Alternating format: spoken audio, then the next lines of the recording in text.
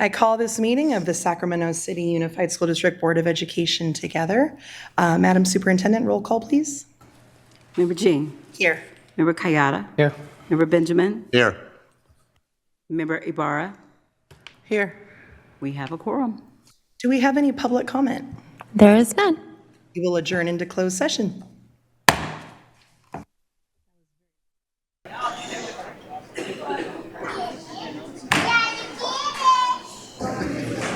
Good evening, all. I call us back into open session. Do we have any announcements from closed session? Oh, Pledge of Allegiance first. All right. Everyone, please stand. That's okay. Yes, thank you. Yeah, if you're all alone in the last spot, can I move up? I pledge allegiance to the flag of the United States of America and to the republic for which it stands, one nation, under God, indivisible, with liberty and justice for all. Someday. All right, now the broadcasting. All right, I'll have our student board member read our broadcast statement. This meeting of the Sacramento City Unified School District is recorded.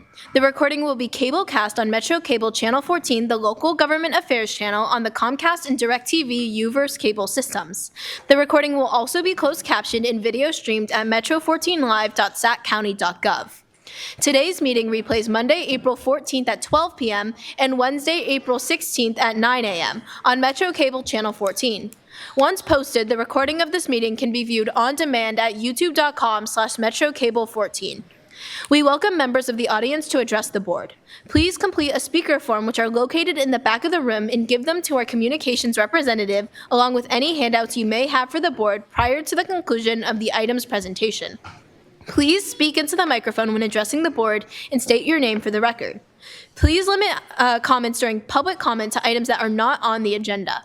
If you do comment on an item that is listed on the agenda, we will ask that you please defer your comments until your item comes up on the agenda. Please also either turn off your cell phones or place them on silent mode. Thank you very much. We'll move into celebrating our stellar students. These stellar students all come from one of the special elementary schools in my area, Bret Harte. Feel free to come on forward. And I'm going to read a little statement written about you by each of your teachers. So in 6th grade, Robert Casillas is one of Mr. Rule's top 6th graders. He completes all his work on time, has a high level of effort, and always supports his classmates' learning, assisting them after he gets his work completed. Ishal Sajid is new to Bret Harte in America. She works harder than any other student, is incredibly self-motivated and disciplined. She asks questions, and she's already getting to grade level after being in the US for 8 months from Pakistan. 5th grade, Rose Casillas is one of the top 5th graders. She completes all her work on time, has a high level effort, helps around the classroom, and is always positive. 5th grade, Maxwell is one of the top 5th graders, completing all his work on time, and he has a strong desire to understand what is being taught, always asking questions and keeping a positive attitude. In 1st grade, we have Dhruv Gupta. Ms. Lim says that he is a stellar student because he loves to share his knowledge about what he's learning about.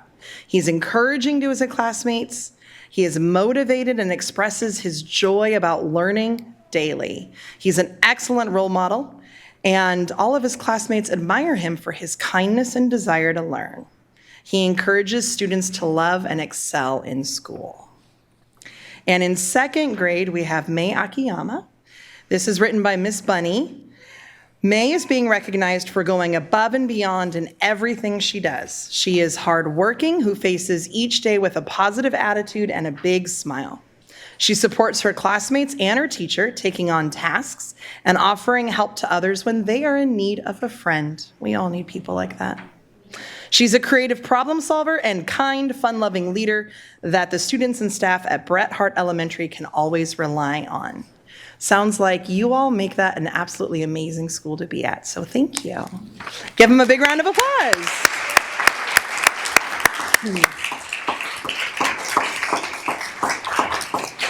Before we come down there and give you a very fancy little certificate, would anybody like to share anything with us?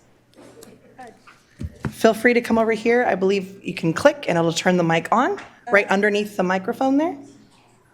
Where? This Thank you, Danielle. Yeah, that'll move it up and down if you want to make it shorter and taller. There you go for the Do I mic. just speak into it? Perfect. I just want to say thank you for having me here to receive this award today, and I'm happy I could be here. Awesome. Thank Thank you. you. Anybody else? All right, we're going to come down and get all the pictures.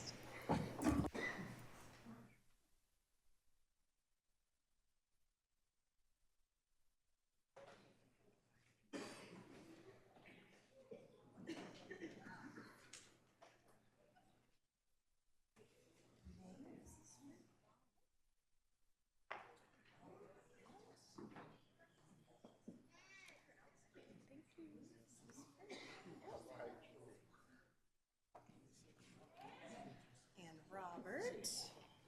Sorry, I think you don't want to accidentally get you. Michelle.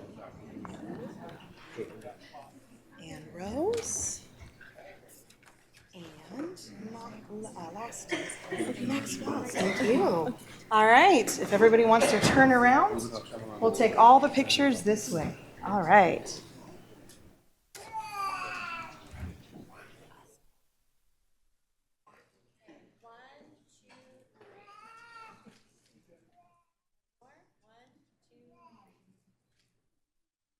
All right, did all the parents get all the pictures? Come on up.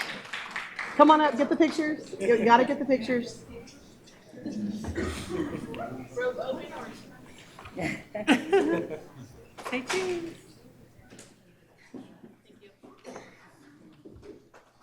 Congratulations again, everybody. Thank you.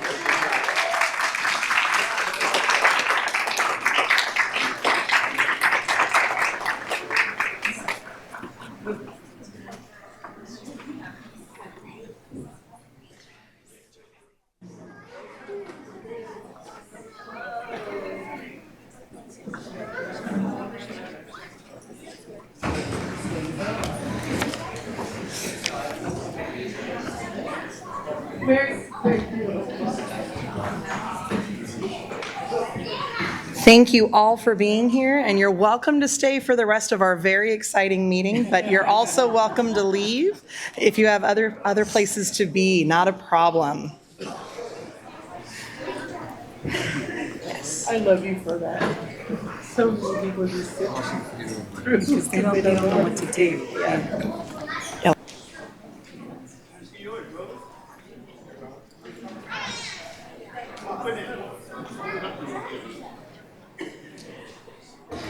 I love that we start our meetings with big smiles on the incredible things our students are doing. With that, I think it's time to go to announcement out of closed session. Thank you. Good evening, Vice President Jean. The board approved 3 settlement agreements related to special education services, each one separately by a vote of 5-0 with members Rhodes and Singh absent. That is all. Thank you so much. All right. Do I have a motion to adopt our agenda this evening? Thank you, Member Ibarra. Second, Member Navarro. All in favor? Aye. All right. And public comment.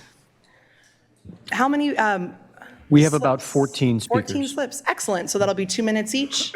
Beautiful. Thank you.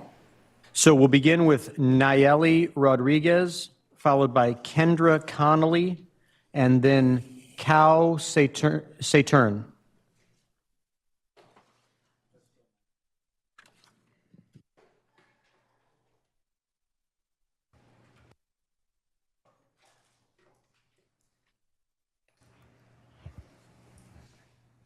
Good evening, board members and superintendent. My name is Nayeli Rodriguez, and I'm a proud student of Salva Charter. I'm also part of the lowrider conversion project, where we've been working on something truly amazing. We've been converting a 1964 Chevy Impala into a fully electric lowrider. This project means a lot to me. As a Chicana, and someone deeply connected to the lowrider community, this work is personal. Lowriders are a huge part of my community, and they represent creativity, pride, and resilience. Being able to honor that tradition while also pushing it into the future with electric technology has been powerful. It's helped me see that my culture and innovation can go hand in hand. This project has opened doors I never would have imagined. We've been featured on the news and invited to Washington, D.C. for the Folklife Festival at the Smithsonian Museum, where the theme is youth and the future of our culture. I never thought I'd get an opportunity like that, and it's all because the support and hands-on learning we get through SAVA's CTE programs. At the showcase, you'll get to see the Lowrider Project in person, and it's just one example of, and it's just one example of the real kind of relevant and inspiring work happening at SAVA every day. I would like to formally invite you to SAVA's CTE Showcase on May 7th from 3 to 5 p.m. And I do have an invitation for each of you. Thank you for supporting schools like ours that believe in student voice, community connection, and the power of learning by doing. I hope to see you all there.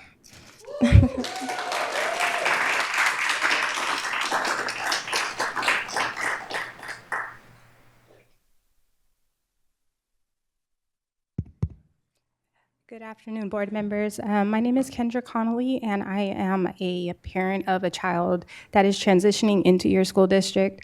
I'm attending tonight because I wanted to bring some concerns to you guys regarding my child's IEP services and just in general communication as with the district as a whole. So I have been going back and forth with the district since February trying to get a resolution to my child's IEP. That has not been called. It's overdue. I finally got a little bit of a resolution yesterday, and I'm hoping that this is the start of being able to get this resolved. But the fact that the district or their lack of communication is very problematic. As a parent who's coming in with a child transitioning into TK very soon, it kind of puts a bad taste in my mouth that this is the district that my child is kind of being, like this is where our homeschool's at. And I would just ask that the communication improve and that you guys come up with solutions to the problem. When I spoke to somebody who was a staff member here, I was told that this has been an issue that has been brought forward before, and I'm not aware of if that's true or not, but this is what my purpose is in hopes of bringing this brought forth again with the hopes of some type of resolution. Not communicating to parents when there's changes to IEPs is a problem. When parents have not agreed to changes, that's a problem. Kids not receiving services, again, a problem. Staff not knowing what's going on, a problem. So there's just a lot of stuff that's going on behind the scenes, and it's extremely frustrating as a parent with a special needs child. On top of having a disability myself that I'm not trying to navigate, it's been very frustrating. So I'm hoping that you guys can address this as a whole. I believe that it starts at the top. If communication is not going forth from the top, I sent an email to a lot of people. I've received very little response.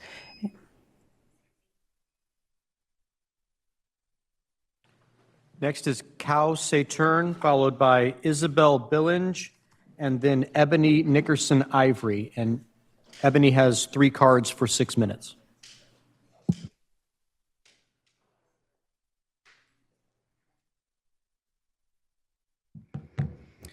Good evening, Board of Sac City School District, the district I grew up in, and the district that I choose to raise my kids in. Thank you for what you do.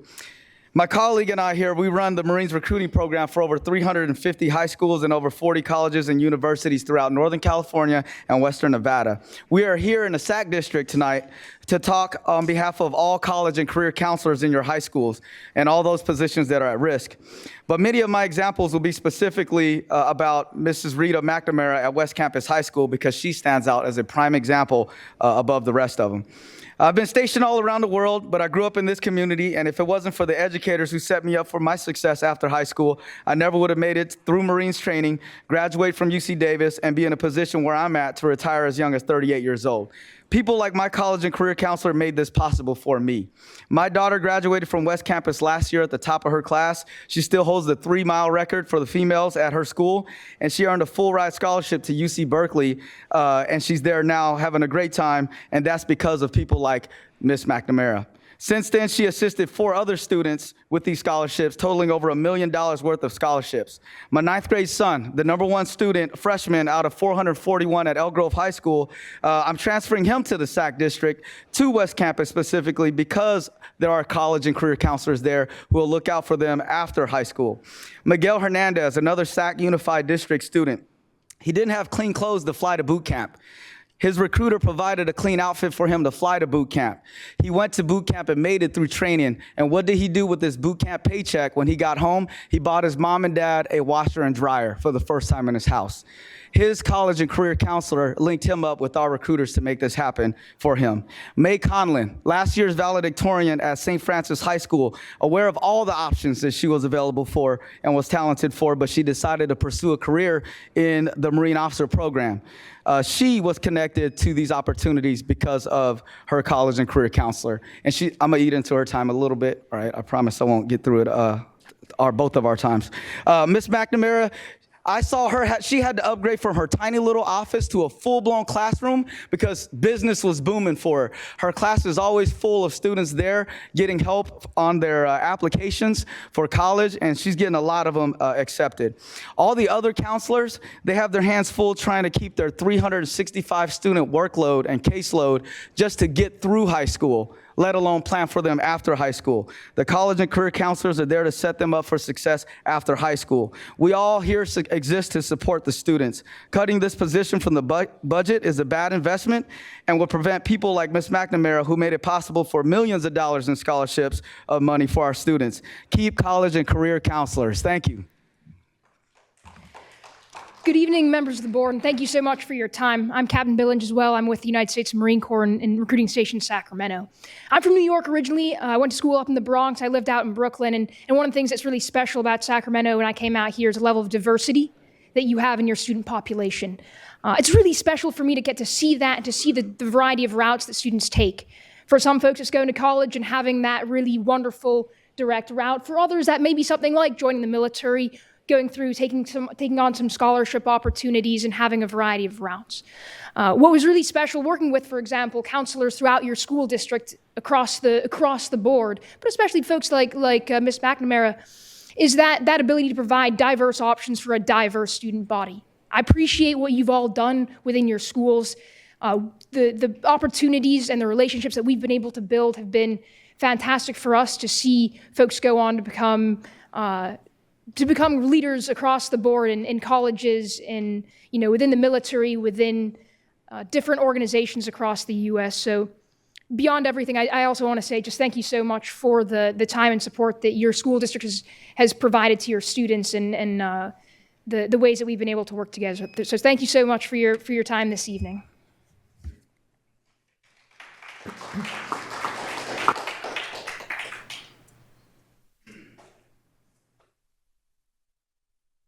Hello, my name is Ebony Ivory. I'm reaching out to bring your attention to a serious incident involving my daughter at Hiram Johnson High School. She was in an altercation that caused her to feel threatened for her life, causing her to run out of the school gate. Unfortunately, while she was outside under the supervision of staff, an adult assaulted her and another student. That led to a bigger situation. Now my daughter's facing expulsion because of this. And I feel like if the school would have followed proper protocols, this would have not escalated to one of the worst incidents at Hiram Johnson this school year. This situation is deeply concerning, and I believe it highlights significant issues regarding student safety. I urge the school board to investigate this matter and take appropriate actions to ensure the safety of all students in the future. Thank you guys for your time. Next speakers, we have Nu Lung with 3 cards for a total of 6 minutes, followed by Yu Tai, and then Yu Wing Lung.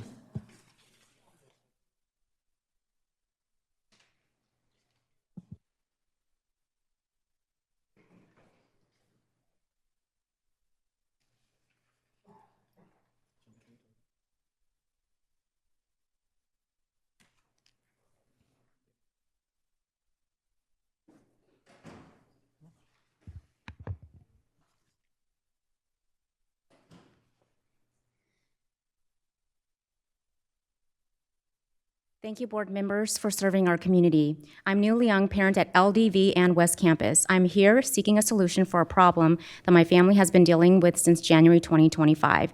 This problem is in regards to the high school specialty program enrollment process, which caused my son, Yutai Leung, to lose his enrollment placement at West Campus. First, as you can see in Exhibit 1, the email dated November 11, 2024, confirming that the district received my child's complete application. If you look at the heading, which reads, High School Specialty Program Application Successfully Submitted, when I receive such a message that says successfully submitted, it is safely assumed that my child's application was successfully submitted. However, it is intentionally deceptive because it was not successfully submitted, because near the bottom of the email, it reads, in order for your child to be in the lottery, families must complete the annual update, which is in direct contradiction to the Mint application language, which I will explain next. Second, before the deadline of November 22, 2024, I went back into the Mint application website to triple check to make sure I was not receiving any alerts showing anything outstanding that I needed to complete for my child's application. As you can see in Exhibit 2 is a dashboard in the Mint application website. Nowhere are there any alerts showing that my child is missing any additional documentation. I'll also highlight in Exhibit 2 at the top, which has a little envelope. That envelope represents messages. As you can see, this envelope has no number or dots indicating that I have any pending new messages that need to be read. As an outsider, I would not know that I had to click on this envelope to view new messages. And so, of course, I did not click on this envelope because, again, there were no dots or numbers indicating that there were pending messages needing to be read, causing me to miss email alerts stating that I needed to complete the second part of the application, which is the annual update. Also in the Mint application near the top reads that if parents need any personal information updated, to do it in Infinite Campus, the annual update. Because my family does not have any changes, I did not update any information in the annual update. Third, in the Mint application website, next to the envelope is my name, which is supposed to represent the account. Nowhere in the directions of the application process did any directions list or state that parents must update their contact information in the account setting of the Mint application website, which would be used to text parents of their child's application status. Because there were no directions indicating to update my contact information in Mint, which left my old cell phone number listed in my account, and therefore I did not receive any text messages alerting that I needed to complete the second part of the application, which again is Exhibit 3, the annual update that is found in Infinite Campus. No, because I regularly check my children's grades in Infinite Campus, I know to update my phone number and email in the account setting in Infinite Campus. So I do get alerts on my phone through the Infinite Campus app, but not Mint, as my number was not updated in Mint. Since January 13, 2025, when I received an email confirmation that Yutai was disqualified to West Campus due to the annual update, I started communicating with Becky Petrie and the constituent office. In my multiple conversations with Becky, she blamed me for not checking my email that is connected to Infinite Campus for the urgent alerts to complete the annual update. I told Becky that I did not receive any emails and that I am one who checks emails every day. It wasn't until Becky told me to search urgent action required for HSSP that I finally found the email showing that I need to complete the annual update. In another conversation with Becky, she accused me of wanting to remove another student who has already been admitted to West so that Yutai can get a spot, but that was not my intent. I asked Becky if I could complete the annual update so that Yutai can just be added to the wait list. She said no because it was too late. As for the contact in the constituent office, Valerie told me that she couldn't help me, so she turned me back to Becky. So then I emailed the director of the Enrollment Center, Giovanna Washington Woodfee, on January 24, 2025, and again on January 28, and again on January 31, but did not get any emails back from her. I finally got her number from the front desk, called and left a message on January 31. Giovanna finally called me back on February 2. First thing she said was that she searched for my email in her email inbox and couldn't find it. In this conversation, I explained my situation to her, and I asked if I could complete the annual update so that my son can be put on the wait list to West. Giovanna said no because the deadline has passed. Giovanna went on to say that I should have received text messages because Infinite Campus is connected to Mint. This was when I corrected Giovanna that no, Mint does not connect to Infinite Campus because I get alerts from Infinite Campus, but I do not get alerts from Mint, as my cell phone number is updated in Infinite Campus, but not Mint. The last part of the conversation with Giovanna confirmed that as director of the Enrollment Center, she herself does not even know the ins and outs of the system she makes people use for this application process, and as a result, displacing my son from West Campus. Director Giovanna Washington Woodfee has repeatedly denied responsibility as follows. 1, deceptive language used in the initial email sent to families about my child's application status, which is Exhibit 1. 2, she did not respond to 4 of my email messages, claiming that she never saw my emails, but the irony is that she expected me to see the emails her office sent alerting me about the outstanding annual update, which is Exhibit 3. Third, she asserted that the Mint is connected to Infinite Campus, and therefore I should have received text messages, but I never got the text messages because that is not true. Mint is not connected to Infinite Campus. And 4, Giovanna didn't even know that the envelope icon in Mint does not have a visual indicator of messages unread. And on a side note, I used to work in the FACE department here in Sac City District. I went to school sites for my job to teach parents how to advocate for their children. The irony in all of this is that the district does not even respond to parents' questions or concerns via email. I have demonstrated here, but yet they expect us to receive, to read, and to respond to their emails. I also sent emails to Deputy Superintendent Mary Hardin Young twice and still no response to this day. This application process and systems are prime examples of inequitable systems and structures, including insufficient processes. When is the district ever going to take action and help families rather than turn us down and ignore our emails and our concerns? Finally, I'm here to ask you, board members and Superintendent Lisa Allen, will you please place my child on the wait list to West Campus? I'm not asking him to take another student spot, but to be on that wait list. And if I know that you can do this because I know that the application for the K-8 school opened up after the annual update, which then, opened up and the annual update was no longer required. And that is evidence of the problematic enrollment process and only a reason as to why my son, Utai, did not get admitted to West. Thank you for listening.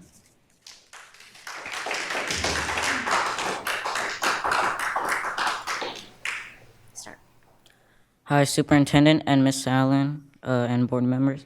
I'm Utai Leung, a current 8th grader at Leonardo da Vinci. I'm here to ask you to look into my admission situation to West Campus High School. My current GPA is 3.95. I've always met or was above the achievement level on SBAC testing. I also scored 1100 on my 8th grade PSAT exam. I was told that my overall score was 27.671 on my academic rating for West Campus High School. I've worked very hard to achieve the academic success I'm sharing with you. I visited this campus many times and knew that I would enjoy the learning environment and know that I will thrive academically at West Campus. I also understood the academic standards I need to achieve in order to be considered for West Campus, so I worked hard. Earning A's and scoring high on exams take hard work, and I did it. In November 2024, my mom completed a registration process to get me to West Campus, but then we were told that I was denied because she missed the annual update. I also have an older brother who's currently at an 11th grader at West Campus.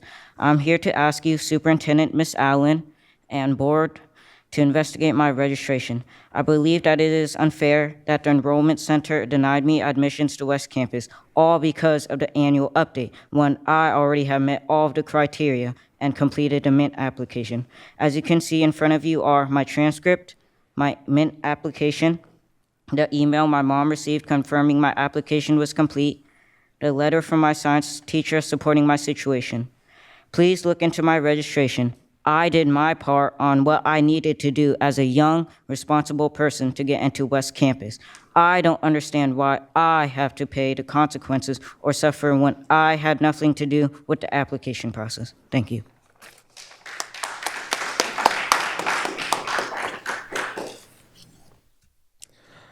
Hi, Superintendent Ms. Allen and board members. I'm Ewing Leung, a current 11th grader at West Campus. I'm here to support my brother, Utai, in his registration to West Campus. My brother has met all of the criteria to get into West Campus. My mom has completed the Mint application that was needed to get him into West Campus. It is unfortunate that the district chooses to use systems that do not integrate with each other and therefore misses the annual update in Infinite Campus. As a result, my brother has to suffer the consequences of not being selected to attend West Campus this fall 2025. This not only affects my brother, but also has consequences that will result in my family's hardship. I've done a lot of reading on the district's website, and it shows that the district's focus is on equity and access. Can you please help me understand how is the application to West Campus equitable and accessible to families? Is equity and access all about technology and notifying families solely through technology only? What about families that need notifications by letters? How is this equitable or accessible? My mom has attempted to speak to the enrollment center and the constituent office many times, but no one is listening, and the registration instead blames my mom. And so I am here to ask you, as a young future leader, to help me understand, what kind of leadership do you expect from students from my generation to be and do? When current leadership won't even respond and chooses to ignore us, is ignoring the best answer? Are you teaching me and students from my generation that ignoring and blaming are the best solutions? Is this how we solve problems? By blaming those in need of equity and accessibility. I believe that there has to be a better and proactive solution to help families like mine. And so I am here to ask you, Superintendent Ms. Allen and the board, please look into my brother Utai's situation. Thank you.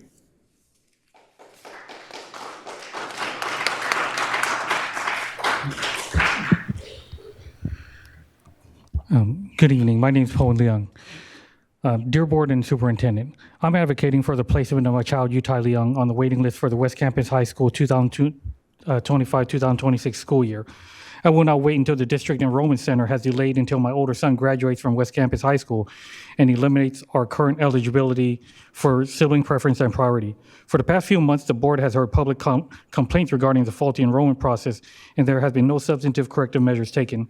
Let me be clear, it is wholly the fault of the individual in charge of the Enrollment Center, Giovanna Washington Woodfee, in choosing to implement a poor and disjointed enrollment process, choosing to use different electronic data systems that do not communicate with each other, deliberately engaging in ineffective and deceptive communication, and being non-responsive. As a reminder, the same enrollment center started the fall 2024 school year with over 300 district children not properly enrolled.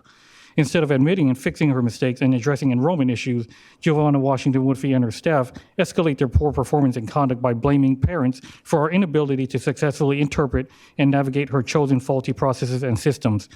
If the board chooses not to correct this immediately, for the next 4 years and beyond, the unethical actions and inactions of Giovanna Washington Woodfee will inflict irreparable damage to families and students across the district because she is choosing to create artificial enrollment barriers, knowing that it will force children and families, many of whom lack resources and support, into wholly avoidable and unacceptable circumstances that will cause financial, familial, professional, and temporal pressures and other adversities by splitting up siblings that should be at the same school to travel to different schools with different schedules and locations. It has already and will continue to adversely affect the academic journey of those that have already demonstrated the willingness and perseverance to achieve. Giovanna Washington Woodfee, the Enrollment Center staff, is proudly and overtly declaring there are fragile egos of district personnel are all that matters, and I do not accept that. Once again, I'm requesting the placement of my child, Utai Leung, on the waiting list for West Campus High School 2025 school year and for the enrollment issues of impacted students to be immediately corrected. We have two more speakers for public comment. Tiffany Storneth, followed by Michael Gold.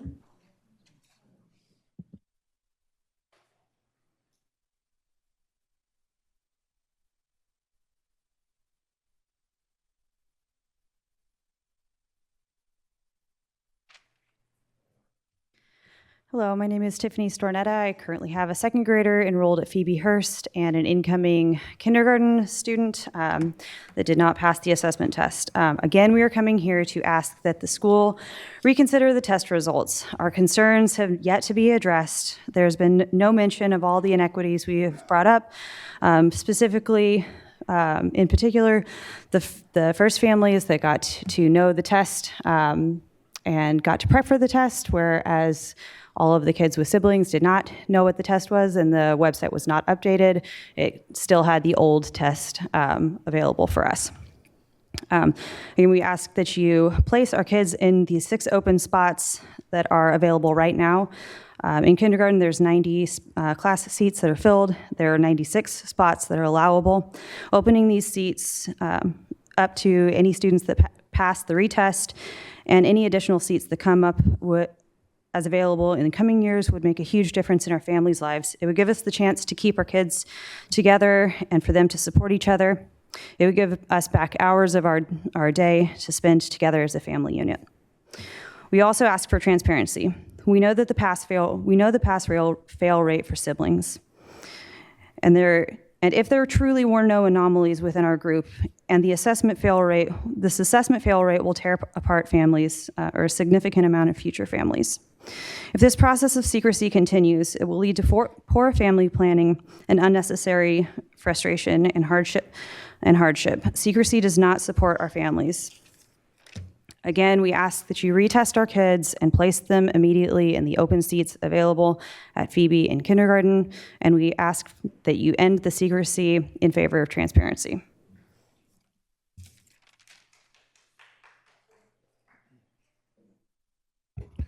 Hello, board. My name is Michael Gold. I'm back here to talk about the admissions process. And I don't know if the board and Superintendent Allen, if you guys are being tone deaf, but there's widespread admission problems from the problem that we just heard here to us affecting kinder, the TK. The admissions system and process is broken. It's broken, and it needs to be fixed. The good thing about having kinder age kids is I'll be here until we can elect new representatives and find new leadership if we have to. These problems are not getting addressed. They're widespread throughout the district, all the schools. The mint process, the permit process, the misinformation and incompetence of the staff that are telling us wrong information or stonewalling us completely and not responding to any of our emails. It's unacceptable. And I don't know how many times I can come here and tell you guys it's unacceptable, but I'll be here and I'll tell you guys it's unacceptable and it needs to be fixed. No other business, no other agency could be run like this, where you absolutely just stonewall the people that you're supposed to be representing. It's unacceptable. I am asking again to agendize the admissions process so that we can have meaningful discussion and you guys can answer questions instead of just sitting here pretending to listen, because you guys are taking no action.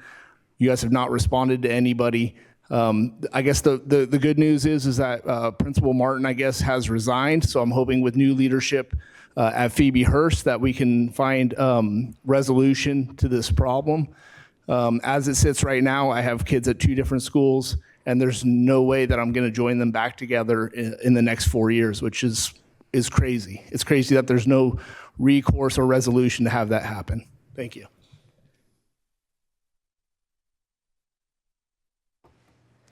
Is that all? No more public comment. Excellent, thank you. All right, moving on to the consent agenda. Do we have a motion? Do we have a second? The student preferential vote? Aye. And superintendent, our roll call vote? Member Jean. Aye. Member Kayada. Aye. Member Benjamin. Aye. Member Navarro. Aye.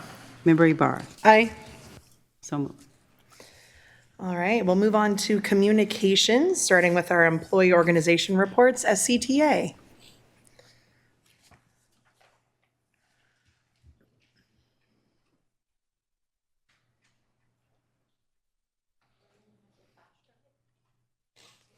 I'm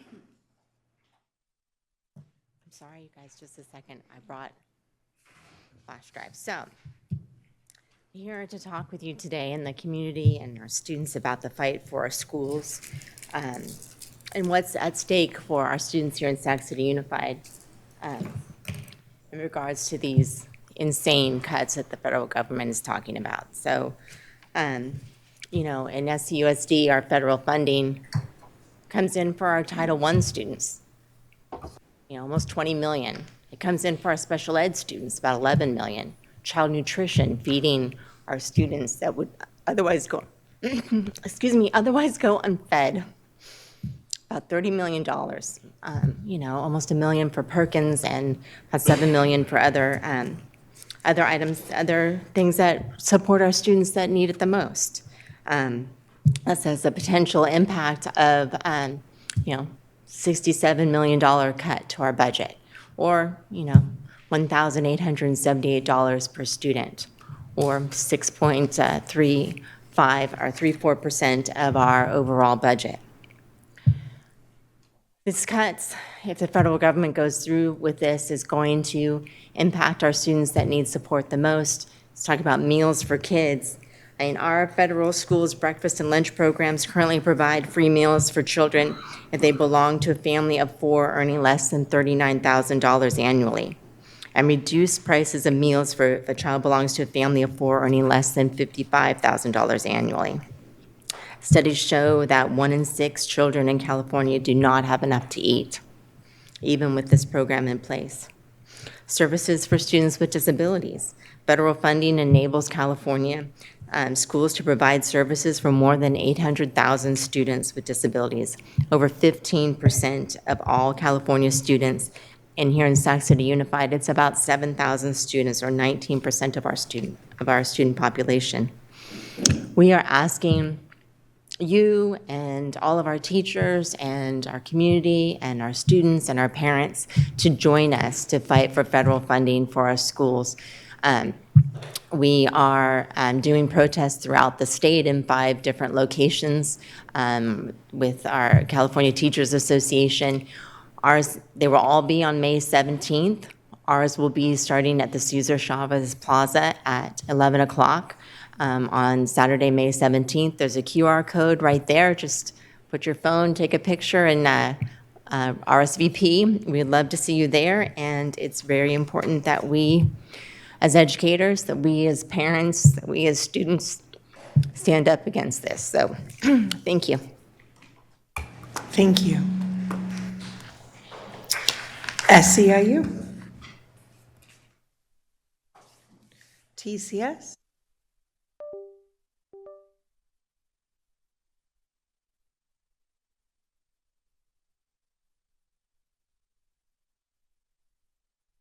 Went off. Oh, there it is again. All right.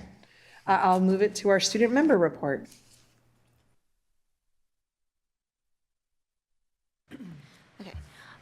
First off, I just want to update that Student Advisory Council and Student Board Member applications are open for the 2025 to 2026 school year. So if you know any high school freshmen, sophomores, or juniors who would be interested in participating in like district level politics and district level resolutions, encourage them to apply. We're looking for students from all high schools, so anyone is able to apply. Okay, talking a little bit more about debate. I know I've spoken about this before. I just wanted to give, I guess, a congratulations and an update about the Sacramento Urban Debate League, who went to Urban Debate National Championship last weekend. There was a team from West Campus and a team from McClatchy. The West Campus team made it to octo finals, and the McClatchy team made it to quarterfinals. And I just wanted to bring this up because I think I really want to encourage more schools to develop debate programs and more students to join debate programs. It's a really unique opportunity that most students don't have to travel the country and meet other students who are very politically engaged and like critical thinkers and discuss things like critical literature in spaces that you typically wouldn't have the opportunity to be part of. And then I also wanted to give a big thanks to Stephen Goldberg and Serena Jones, who are coaches of the Sacramento Urban Debate League, who have donated both their own time and money to really make these programs possible at SUSD schools. And I'm very lucky, and I feel very blessed that we have a district who gets serviced by the Sacramento Urban Debate League. I also want to talk about spring break coming up. I know students are really excited for the week off, but also this is our last board meeting before AP tests start. And I kind of want to just discuss and acknowledge the impact that's going to have on students, and it is having on student mental health. High school students particularly are under a lot of pressure, and it's only ramping up in the months of April and May. So I guess just be on the lookout for student mental wellness. Engage in conversations with students in your community. Ask them how they're feeling. Try to help them de-stress, etc. And then one final thing I want to talk about is LAUSD Homeland Security investigators came to 2 elementary schools Monday for what they said was a wellness check. The schools turned them down and refused Homeland Security to come inside, which is amazing. And it made me feel very thankful for all the work we've been doing around our district, for the Know Your Rights trainings that President Singh has worked really hard on, for all the work that people in this district have gone to make sure that teachers are trained, that this is a safe haven district, and that Homeland Security and ICE are not going to come onto our campuses. And I think what happened in LA, I mean, it's scary because it shows that the threat is real and that schools are targeted. But it also shows that having these policies and having these plans in place to prevent that from happening and prevent Homeland Security from coming onto campuses works. So I'm very thankful for all we have done as a district.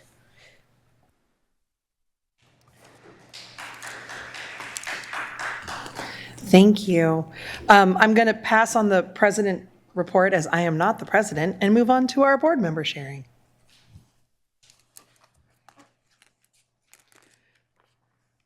Member Kayada. I just wanted to take a moment to really quickly acknowledge the public comments we've been getting around enrollment issues.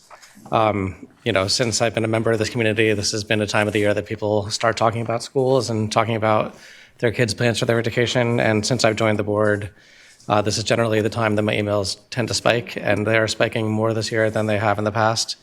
And it's difficult for us to immediately provide answers to people. We're working on it on a case-by-case basis. Staff here are probably having their hair go gray because we really are trying to do what's best. We also want to recognize that, like one of the public commenters said, if someone's already in a school, you don't want to kick someone out who's already been in there. But in any case, I just want to make sure everyone knows that we hear you, we're listening, and we are really doing what we can behind the scenes here. We don't want to give, false hope or false updates that when we don't really have an answer, but at the same time, work is being done behind the scenes, both with staff who are working tirelessly and among the board. Thank you. Any others? All right, we'll move forward. 10.1, we have a special presentation, a recognition of the National Arab American Month. And I have the honor of sharing a bit about this. I know President Singh wanted to be here for this. April is Arab American Heritage Month, and tonight, as we gather for this meeting of the Sacramento City Unified School District Board of Education, we want to take a special moment to recognize and celebrate April as National Arab American Heritage Month. We are especially honored to be joined this evening by representatives from the Sacramento Unity Inn and the Council on American Islamic Relations, partners in our community whose presence underscores the importance of this occasion. This is a vital time to honor rich history, diverse cultures, and significant contributions of Arab Americans to our nation and to our own community here in Sacramento. The Arab American community encompasses numerous countries across the Middle East and North Africa. They represent diverse faiths, traditions, languages, and experiences. Arab Americans have made invaluable contributions in every field imaginable, from science and medicine to education, arts, business, public service, and beyond. In our schools, we are deeply committed to fostering an environment of inclusivity, respect, and understanding for all students. Recognizing Arab American Heritage Month aligns directly with this commitment, and it presents an invaluable opportunity for all of us to learn about the histories, achievements, and cultural traditions of our Arab American neighbors. Here tonight, I believe we have 3 guests if they'd like to come forward. And I do apologize if I do not get your names right. Please correct me. Here tonight is Tamer Ahmed, president of the Council of Sacramento Valley Islamic Organizations and one of the founders of, is it CAR or CR? CARE, thank you. CARE Sacramento Valley. And is it Sada? Yes, Sada Ahmed, who is with Unity ID Greater Sacramento area. Sada helped organize last month's huge celebration at Cal Expo. I heard great things. We also welcome, is Omar here? Oh, you're Omar, excellent. We also welcome Omar, is it Al-Tamimi? Yes. Who has done great work with CARE, Council on American Islamic Relations. CARE has a long history in Sacramento of bringing together people of all backgrounds and advocating for civil rights. We thank you for joining us tonight to celebrate our Arab American students, staff, and community members and all of their accomplishments in Sac City. Would you have anything you would like to share?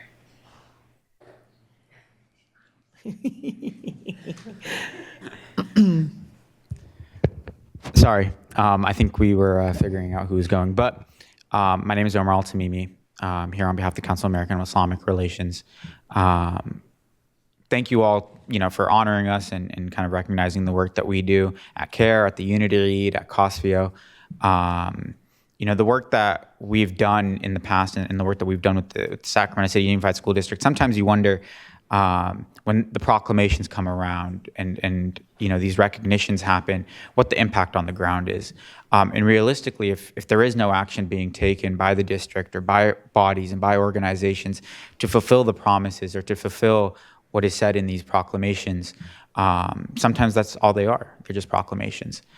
With Sacramento City Unified School District, I'm happy to say and happy to be honored by the district because of the work the district has taken to follow up on these proclamations as well. Trustee Rhodes, Trustee Singh are trustees that we've worked with in the past closely, Trustee Benjamin as well. And so, our work with them has shown that Sacramento City Unified School District is there for its community, it's there for its students, it's there for its educators, for faculty and staff here as well. And so we're honored to be here with y'all, especially in this moment, when students from all backgrounds, whether it's Arab Americans with the rise of anti-Arab and anti-Palestinian hate these past couple of years, whether it's undocumented students or students that come from marginalized and smaller communities, with the hate that we're seeing and the rise of hate, not just in Sacramento, not just in California, but across our nation. It's incredibly important that these proclamations exist. It's incredibly important that folks are recognized and communities are recognized, but also that districts are standing up for student rights, as Sacramento City Unified has, and will continue to do. And we're happy to be a partner in that work and look forward to the many years of partnership ahead. So with that being said, incredibly honored to be here. Thank you again. And yeah, pleasure. Thank you very much. Anything to add? Yeah, I'm thankful for the Sacramento City Unified School District for coming out. We have a large influx of Muslims growing in Sacramento. Last year, Unity Eid, we had an unprecedented amount of turnout. We were expecting 15,000 people. We had 40,000 people come out. So more than double, almost triple the amount of people. This year, we had around the same amount of people, even though there was rain. And there was 2 different days expected for Eid, but even then, and we had different participating events at that area. But despite this, I think this is an ode that the Muslim community in Sacramento is growing, the Middle Eastern and South Asian community in Sacramento is growing. And I'm glad that Sacramento City Unified School District recognized that, because a lot of our community does not speak English. They don't know what the resources are out there, where they can go for help. And so when they tabled at our event, that gave a lot of outreach to our community about the services that the district provides. And so I'm glad that the district heard us and decided to come out and participate at our event this year. Thank you so much. Thank you for sharing those numbers. That is fantastic. All right, I believe we have nice little plaques for you, and let's take some pictures.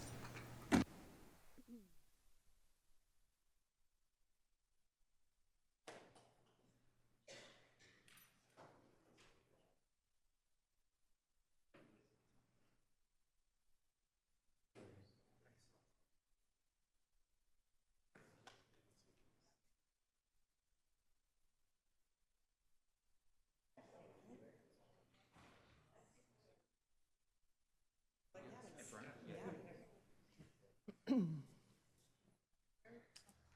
please, right here. You get to be right in the middle. Michael Benjamin, join me.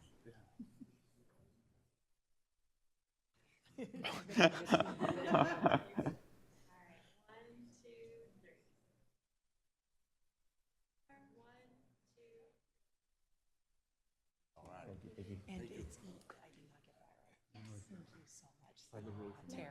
Nice to meet you. It's all honor. That's what it is. Nice to meet you too. Nice to meet you. Thank you very much.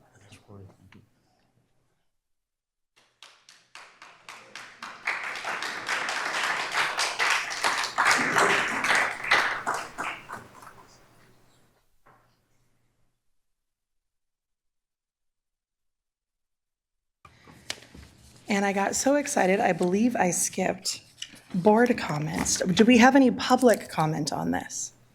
We do not. All right, any board comments on this? Member Kayada. All right, I just wanted to take a minute to recognize my own Arab American heritage, in case you all were not aware from my last name, which was mangled at Ellis Island. My family, my great-grandfather, actually my grandfather is of Syrian descent. That is our last name, which in fact means Taylor, so that was interesting to find that out. Just wanted to share kind of a quick history of my own family story, really quick. And I know this mostly because I was recently helping my son with his own heritage project in 4th grade. So my family, my great-great-grandfather, well, before that, but my great-great-grandfather was the last in our family to be in Damascus in Syria. He was very proud. This is a part of our family lore. He lived on Straight Street, which is I think he lived either in the house or next to the house where the Apostle Paul had lived. And that was something that really stuck through to our family as really a connection to just the vibrancy that is the Middle East and that is Syria. Our family did, due to religious persecution and strife, leave and go in through Europe. And so that's why I have now become quite mixed in my own heritage. But our heritage does stick with us. My grandfather, I think, has some trauma about our family history and having to move throughout Europe, going from the Middle East really all the way up to Ireland before my grandfather came over through Ellis Island.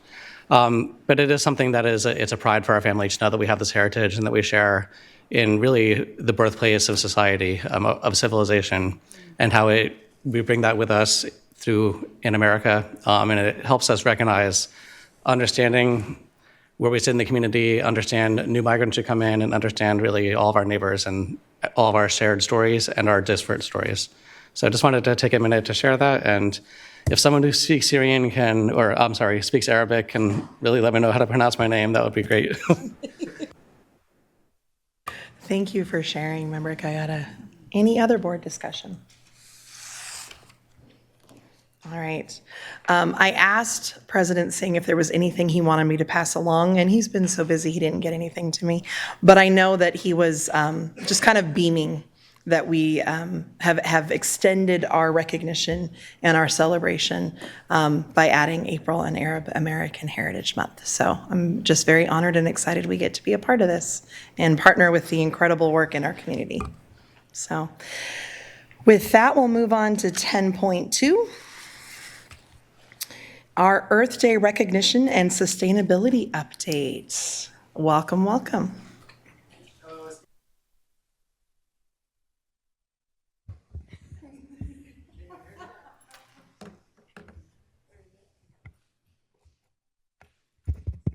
All right. Hello, esteemed board members, Superintendent Allen. I am Nathaniel Browning, and with me I have Chamberlain Segrest, our Environmental Sustainability Manager. I wanted to just start out this slide in recognition of Earth Day and our sustainability update, but I really just wanted to outline, there we go, that it should be Earth Year. So I want you to all think about that in your morning mantra tomorrow and the day after and the day after and the day after. Also, I just want to point out that sustainability is really embedded in everything that we do within the facilities department. And thanks to Chamberlain's leadership, she leads us through all of that. But whether it's operations or maintenance or construction, we're always thinking about sustainability in the forefront. That brings us to this slide here. Just another reminder that we are always thinking about the triple bottom line in facilities. And with that.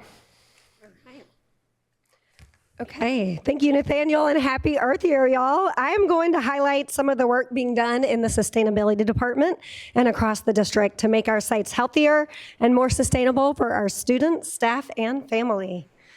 So as stated in our district's carbon neutral goals, our 2030 target is to reduce our building's energy consumption by 40% from the 2022-23 school year.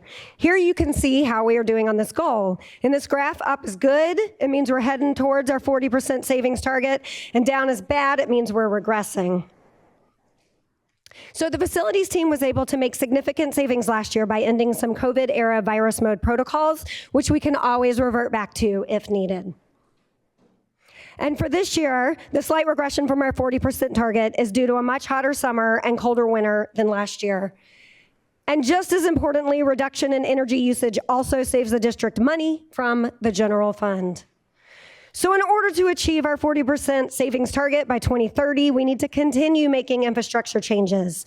And this is what we are currently doing. We are changing all of our fluorescent bulbs to LEDs, which are much more efficient with a planned completion of 2026.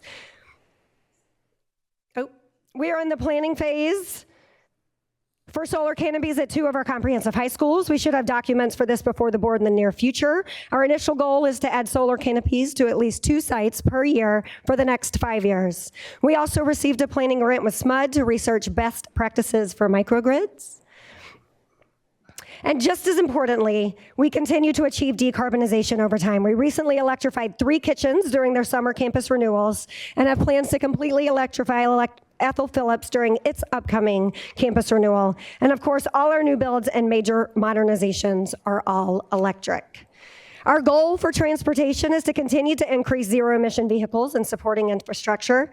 We just added 6 new level 2 chargers at the bus yard and now have the ability to charge 21 buses simultaneously. We also added a 480-volt distribution panel, which will allow us to add a DC fast charger in the future. We are getting 7 new EV buses through our local air quality district, which should arrive in the September of this coming school year. We also received an EPA Clean School Bus grant for 8 additional EV buses.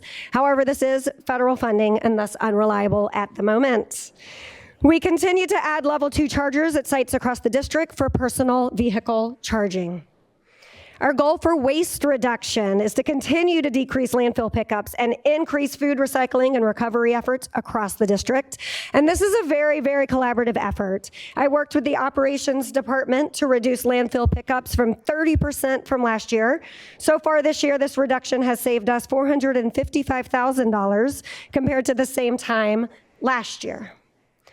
And we all know it's getting hotter in Sacramento with more and more days above 100 degrees. And we are taking these changes very seriously at facilities with plans to increase our tree canopy across the district, specifically in places that students play and gather.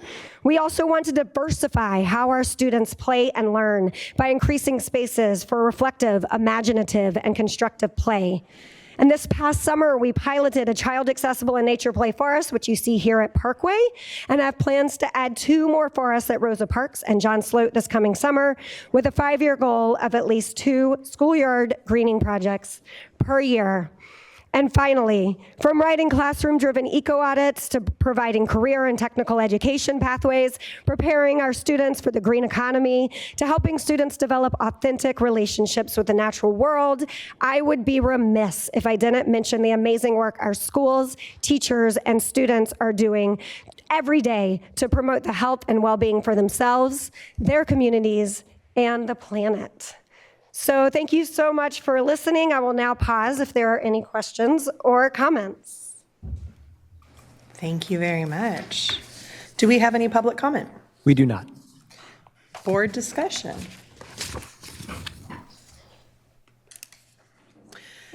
Member Chu Griffith. I just want to say thank you so much for the presentation and all the work that's being done. I know climate change is something that a lot of young people and a lot of my peers are like particularly worried about. So it's really amazing to see that our district is doing stuff. I think it would be really great if we could also share more of this information out with students, because I think a lot of students just don't know about these efforts. Like if it doesn't happen on their school site, they just assume it's not happening at all. So I think it would be really like helpful and also inspiring, I think, to a lot of students to know our district's actively making changes for the climate.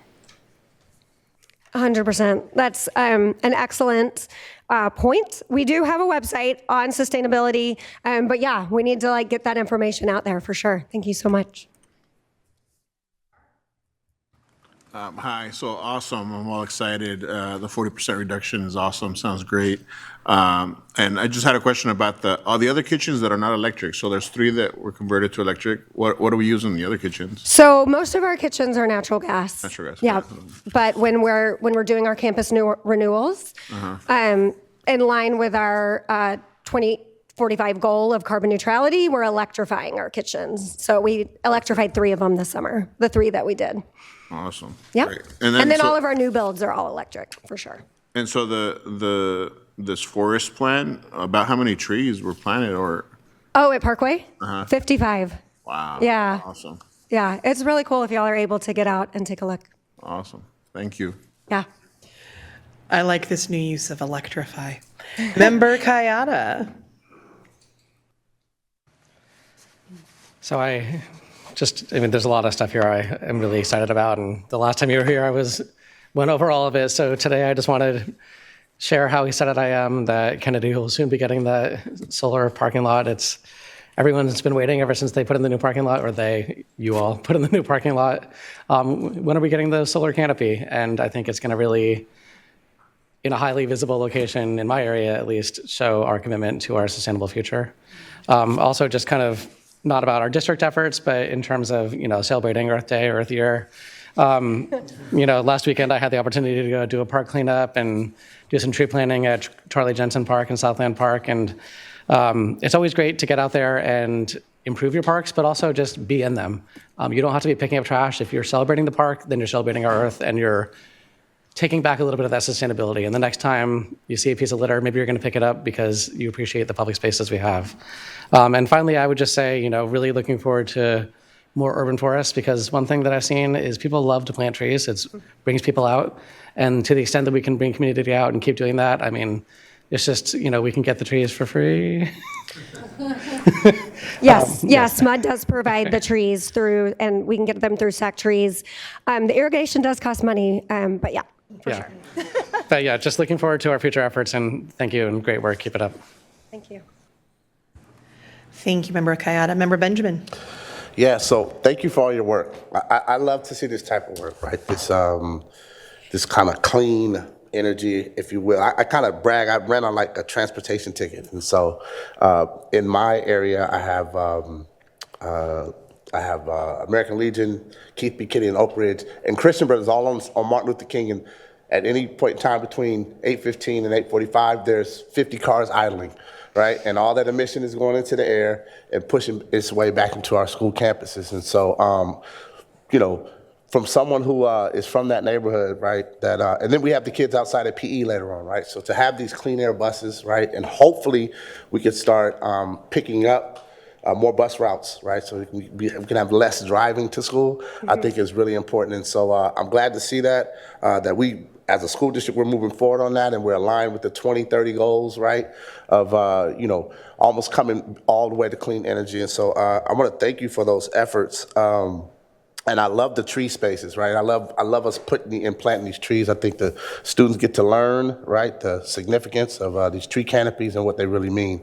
I'm suffering right now in the city of trees, right, with these allergies, but nonetheless, I love the work that you do, and I want to thank you. Thank you very much.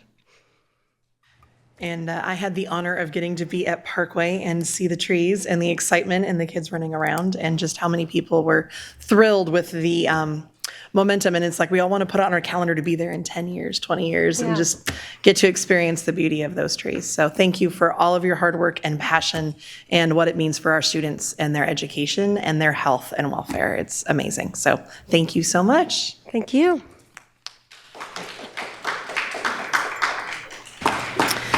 Item 10.3, Adult Education Week. Ooh, you have a fan club. I love it. Welcome. Thank you. It is so wonderful to be back in this room. All right, I'm going to attempt to talk and use this at the same time. Thank you. Thank you, Superintendent Allen, Board President, and board members for allowing us some time to celebrate Adult Education Week and share with you what adult education in our community looks like. My name is Dr. Marla Clayton Johnson, and I'm the Director of Adult Education for Sac City Unified School District. We are also represented by our phenomenal adult educators in the room. If they could please stand and be acknowledged.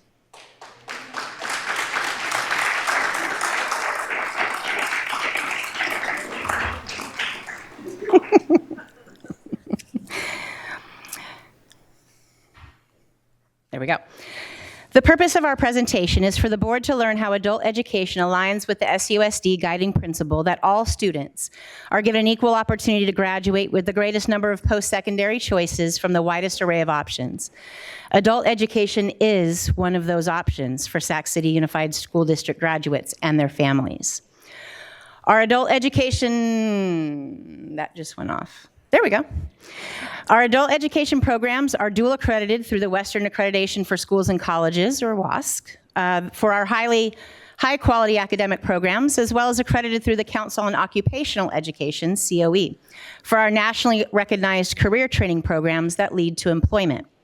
We also partner with the Alta California Regional Center to provide lifelong learning success to our adults with disabilities. The purpose of adult education is fourfold. Our in-person programs and Ed2Go online enrichment courses build the confidence and lifelong learning needed for personal growth. Our high school equivalency preparation program and our newly approved high school diploma program provide educational advancement opportunities for our adult students, and our career training programs culminate in skills certification and licensing. Our in-person job training programs and Ed2Go online career training programs develop career and workforce readiness skills that lead to employment. And the engagement of our community access program provides for adults with disabilities, promotes social inclusion and independent living. Clifton, the coordinator of adult education for Sac City, and I lead 2 adult schools for Sac City Unified School District. Charles A. Jones Career and Education Center on Lemon Hill, and A. Warren McClaskey Adult Center in East Sacramento. Charles A. Jones Career and Education Center holds the academic programs such as English as a second language, U.S. citizenship test preparation, adult basic education for numeracy and literacy, high school diploma, and high school equivalency. CAJ also provides short-term affordable career training and workforce preparation programs such as forklift certification and numerous allied health programs leading to licensing and certification like medical assisting, pharmacy technician, phlebotomy, nursing assistant, vocational nursing, and our statewide award-winning integrated education pharmacy clerk that combines targeted language acquisition with vocational training for ESL and special education adult students. We have several programs currently being developed for fall 2025 based on a community needs assessment and job market studies, including electrician and construction trades, digital literacy, and a paraeducator instructional aid certification that includes a 40-hour externship in SUSD schools. Adult education can provide the skilled and certified candidates for these hard-to-fill vacancies and should be the training ground for employers like SUSD looking for applicants. There we go. A. Warren McClaskey Adult Center serves 18 years or older students with disabilities with a high school diploma or equivalent, or 22 years old without a high school education, and embraces the functional academics tailored to each adult student. They offer socialization classes that nurture positive contributions to peer relationships and independent living skills promoted through the community access classes where students learn to navigate the Sacramento region with guided instruction. McClaskey also builds job training skills for meaningful employment through the recycling and upholstery student-paid programs. The SUSD transition students would be a welcomed addition to McClaskey campus once they complete their program and are Alta California Regional Center clients. These adult education programs wouldn't be possible if it wasn't for our limited braided funding sources. SUSD adult education schools are not funded through LCFF or SUSD General Fund, rather through fee-based student enrollment, Alta California Regional Center, and federal grants through the Workforce Innovation and Opportunity Act and Capital Education Program, or CAPE. Our self-sustaining funding structure is based on program performance outcomes, so marketing our programs to anyone 18 years or older is essential to remaining a viable option for our community. Our adult education programs boast an average 96% pass rate, with our vocational nursing program celebrating 100% pass rate for the 2023-24 school year and forward, leading our students directly into the workforce after graduation. We track student outcomes through our Capital Adult Education Regional Consortium, CAREC, where 90% of our 1,300 plus students have attained their personal goals for the 2024-25 school year so far. We are also fortunate to partner with the Sacramento Education and Training Agency Lemon Hill Job Center that's co-located at Charles A. Jones Career and Education Center, in that while our students are going to school, they are eligible to receive comprehensive wraparound services like financial assistance, career preparation workshops, job coaches, and community services for veterans, refugees, and out-of-school youth. To conclude this presentation, we want to ensure that you know adult education is a strong and competitive option for SUSD families. Adult education is for the grandmother of the third grade Parkway student who wants to learn English and become a U.S. citizen, for the parents of a 49-year-old woman with disabilities who just wants their daughter to socialize with other peers in a safe environment. It's for the father of a Wilsey Wood 7th grader whose lifelong dream is to become a certified nursing assistant. It is for the Rosemont 11th grader's aunt who wants to be a pharmacy technician. And it is for the mother who drops her son off every morning at Phoebe Hearst Kindergarten who wants to become an instructional aide at her son's school. Our call to action for the board tonight is to partner with adult education by acknowledging that adult education is a valuable pathway to providing life-changing academic and career opportunities for the families that SUSD serves. Thank you for your time and for celebrating Adult Education Week with us.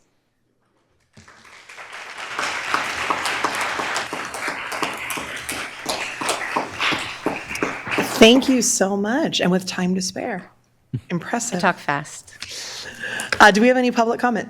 We do not. All right, how about board discussion? Oop, they're coming in. Michael Benjamin.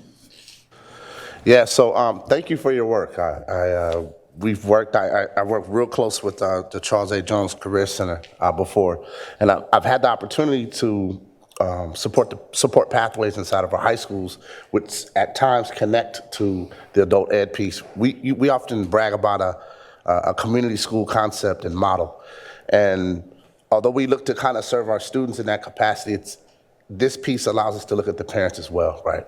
Absolutely. And households are empowered when the adults in the household can then go back, right, and attain education and job training and those types of things to better their situation. And so I think adult ed is absolutely needed, right, and absolutely needs support from our district, which it gets. But I mean, it's just something that I see being a very, very important part to the educational system and process. So thank you for all your work. Thank you. Member Ibarra. Thank you for this great presentation and information. I learned some new things this evening. One of these is in my area, actually. The one on the Charles Jones, is that what it's called? Mm-hmm. And I really, as I'm looking at this, I'm also thinking about other presentations that I've seen around our English learners. And so I think that I just want to plant a seed here and say this is an opportunity to really look and dream big about how we can really integrate the whole family when we have newcomers come and register in our district. There's just so much opportunity to make learning accessible for the whole family as they're integrating not only into this country, but into the culture of Sacramento and the diversity that it holds, but also learning experiences, right? We know that kids learn when the whole family is involved. We see higher academic success rates. And so how do we utilize what we have now to better serve our families is a seed that I want to plant this evening. So thank you for all of this great work. I look forward to reaching out to you all sometime soon and visiting and learning more about all of the great opportunities at the Charles Jones Center. Thank you. Thank you. Member Navarro. Hi. So thank you for the presentation. It was great. And I want to congratulate you and your team, everybody back there that came to support. I'm excited about the numbers. The success is incredible. I'm also excited about the programs that you guys offer, specifically the trades and industry one. I think that those are great careers. And I know that I campaigned on increasing graduates with those qualifications. So I'm very happy to see that you included it here. Just out of curiosity, like what do the fees look like for a program like that? Like say for that construction program, if you have numbers. We do. So very competitive, fee-based. In fact, for all of our programs, we are less expensive than the other, let's say, privately owned organizations that provide these trainings. So it depends on how many clock hours. I guess I could speak. Oh, you scared me. I could speak about clock hours and those kind of things, but so it depends on how long the program is. It depends on what certification that you're getting or licensing that comes out of that. So anywhere it can depend. Our former program, we had a manufacturing program that was about $4,900 to $5,500 and lasted 600 clock hours, which is probably about 5 months, 5 to 6 months. So very short term, very affordable. Really purpose of adult ed is to get you in and get you trained and then get you to work. So Perfect. Awesome. So it's based basically on the certification and on the actual program cost. Correct. Awesome. Thank you very much. And this is Clifton Carley. He's the coordinator of adult, and he had a family emergency tonight. So actually, I'm glad you're here. Thank you. Thank you for joining us. Thank you for having us. Member Benjamin. Was it a mistake? Okay. Member Ibarra? Sorry, I did have a question I forgot to ask. And you might not have the answer, and that's okay. This is just curiosity based off of recent information we've been receiving as a board. I know that as part of our, the college and career readiness, when our students are near they're seniors, but they're not really seniors when it comes to credit, right? We do everything we can as a district to try and get them on track. Part of that is sending them to I think it's the Accelerated Academy. Yes. And so if our students are not successful in that, do you all follow up with those kids to see if we can, as that one last try and get them back on track? Is that something that we do as a district?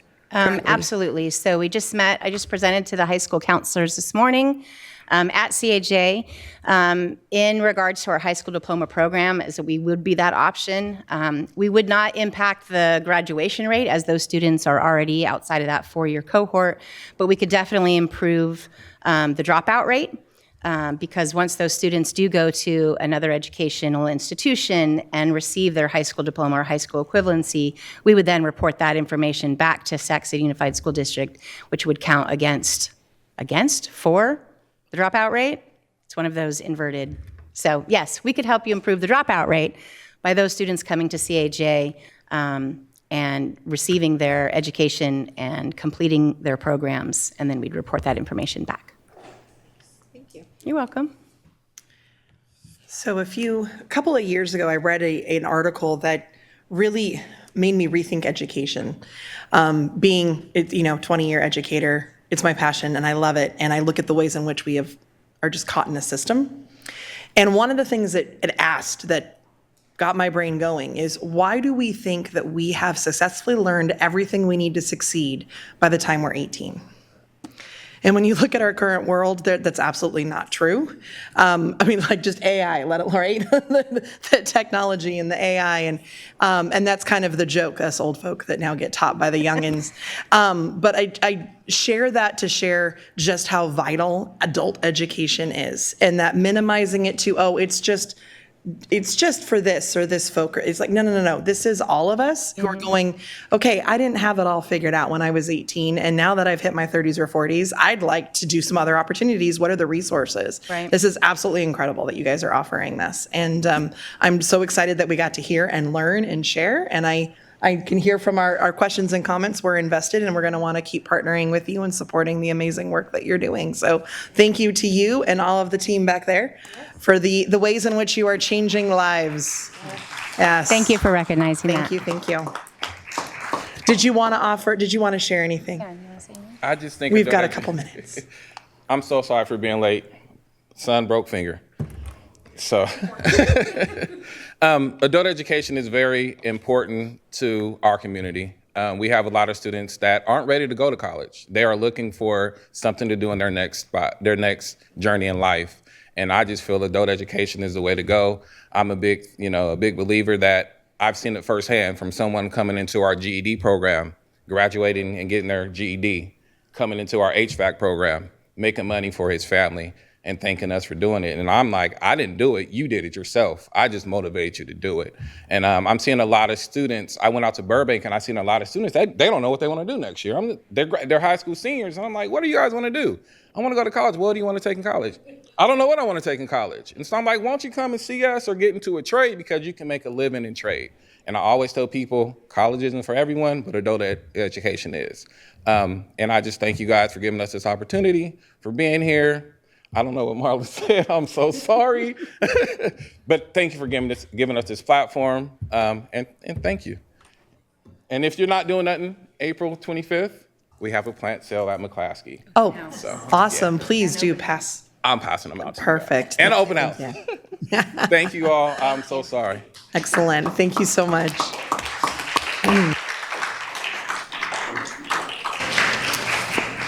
All right, moving on to 10.4, a special education update.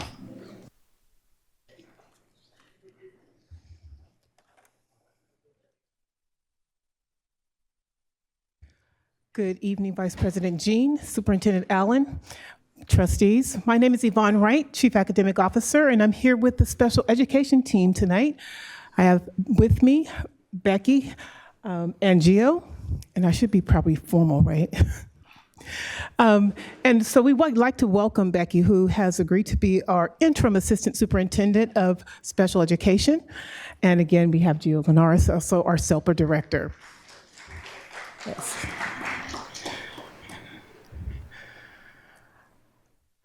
As always, our core values and our guiding principle guides the work that we do, not only in special education, but with all of our academic office work. We do believe deeply in this core value and the guiding principle. We have prepared a list of acronyms that you may reference throughout this presentation if you should need to do so. Tonight's presentation will cover several topics. And those topics are listed here. At the end of the presentation, we'll provide an opportunity for you to ask questions. I'm going to stop and pause here for a minute with this vision. Last year, about a year ago, we were standing here at this at the dais and we were really responding to some notifications of continued noncompliance, as well as the grand jury report. And we're also dealing with the Black Parallel School Board Action Plan. We were getting that started and implemented. And what I would like to say about that is that through that continued noncompliance and the directive for Sac City to engage with technical assistance, we began some very critical work with our departments around the issue of special education. I will say that the work didn't just start there, but we did some very organized work with our technical assistants through SIL, which is System Improvement Leads. And we had to think about what is guiding, what is our vision for special education? And this is the vision that we came up with. And this is 2.5. So that tells you this is iterative, that we will be going back and looking at the vision, clarifying what we like to guide our work as we can focus on continuous improvement to improve our work for students with disabilities, in particular with a focus on Black and African American students with disabilities.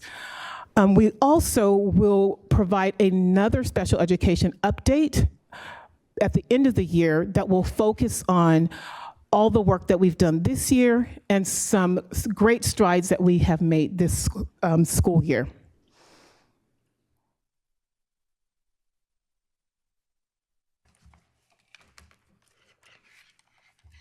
My goodness, tall.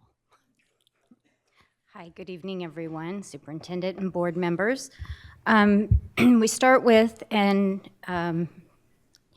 some letters, IDEA, Individuals with Disabilities Act. You will find that our field of work has many acronyms and that we will help everyone learn along the way. The IDEA is a federal law and it ensures a free and appropriate public education for all students who are eligible between the ages of birth through 21. It provides funding and sets strong legal standards for how we provide those services. It includes 13 qualifying conditions that we'll talk about in a little bit. Is this the button? Okay.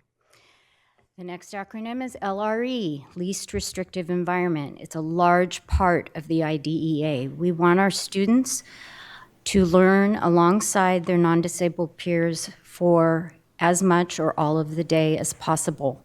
We only want and must remove them from general education settings when it's absolutely necessary.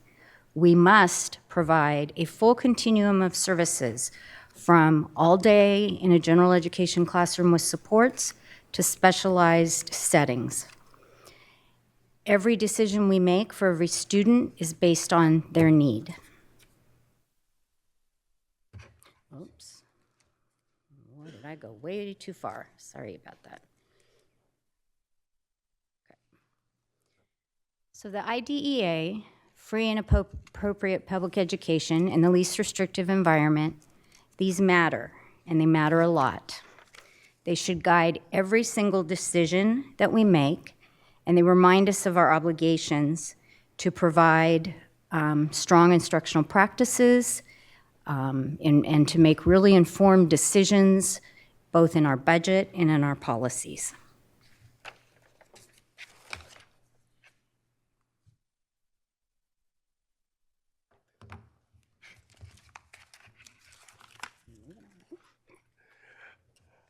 Good evening, everyone. Before I get started on this, I just kind of want to mention that I've had the opportunity to stand up here now for a number of years, I think 3 years, and give updates from time to time around special education. And one thing I noticed that's different this year is a couple of things, actually. I'm not the first one talking, which is great. And the second is that I'm not here by myself. And I would say that just as the vision piece kind of comes up, is the strategic thinking around how do you support special education, is to really see it as everyone within the system and not just a particular person or a particular title. But I would say that what Yvonne highlighted as our Vision 2.5 has included everyone from Superintendent Allen to Yvonne, myself, Becky, curriculum and instruction, continuous improvement to develop that vision, which really speaks to everyone is involved in supporting our students with disabilities because, as Becky mentioned, LRE matters. That least restrictive environment is everyone within the district, not just a specialized setting or a specialized department.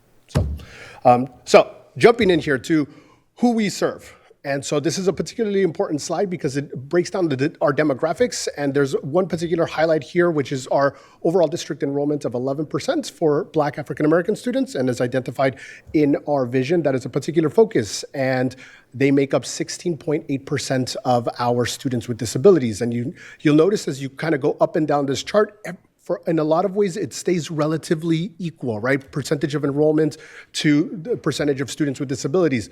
Black African-American students does stand out. That is an area where we have been in the past as significantly disproportionate.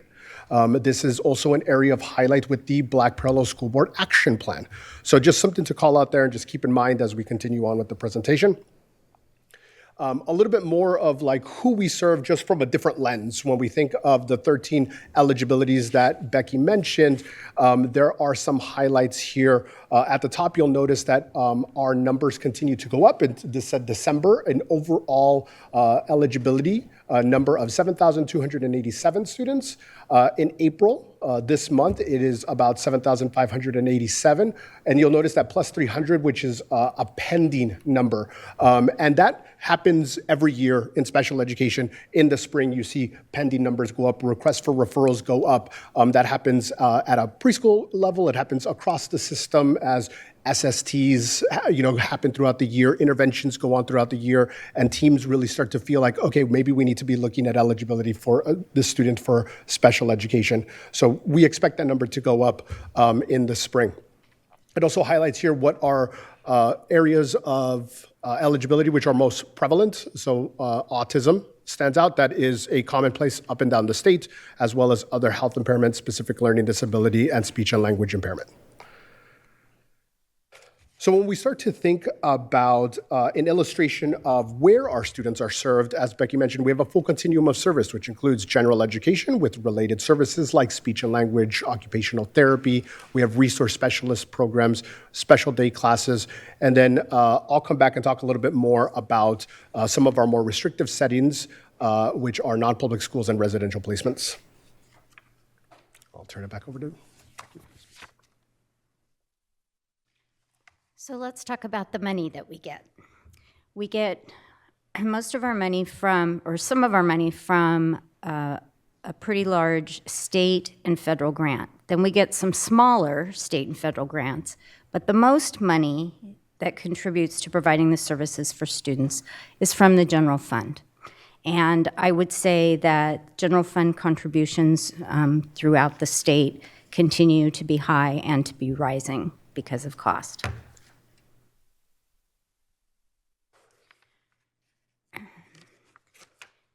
So this is a comparison chart of how the state and federal funding has competed or kept up with the general ed contribution. And the general fund contribution, as you can see, is growing larger each year, with this year on track to being the highest. So how do we use the funds that we get?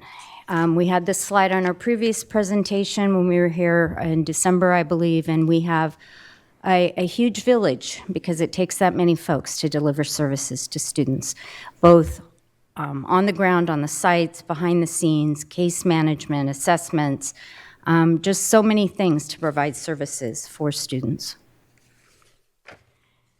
And then another snapshot of how our funding is used is a large percentage goes to that village because we provide salaries and benefits. And as you know, that has been increasing as the years have gone by. This graphic is a percentage of the salary and benefits costs and whether or not they're attributed to certificated staff, classified staff, or management staff. If the group on the right is not mentioned in the graphic, then that means that that's less than 1% of our current budget.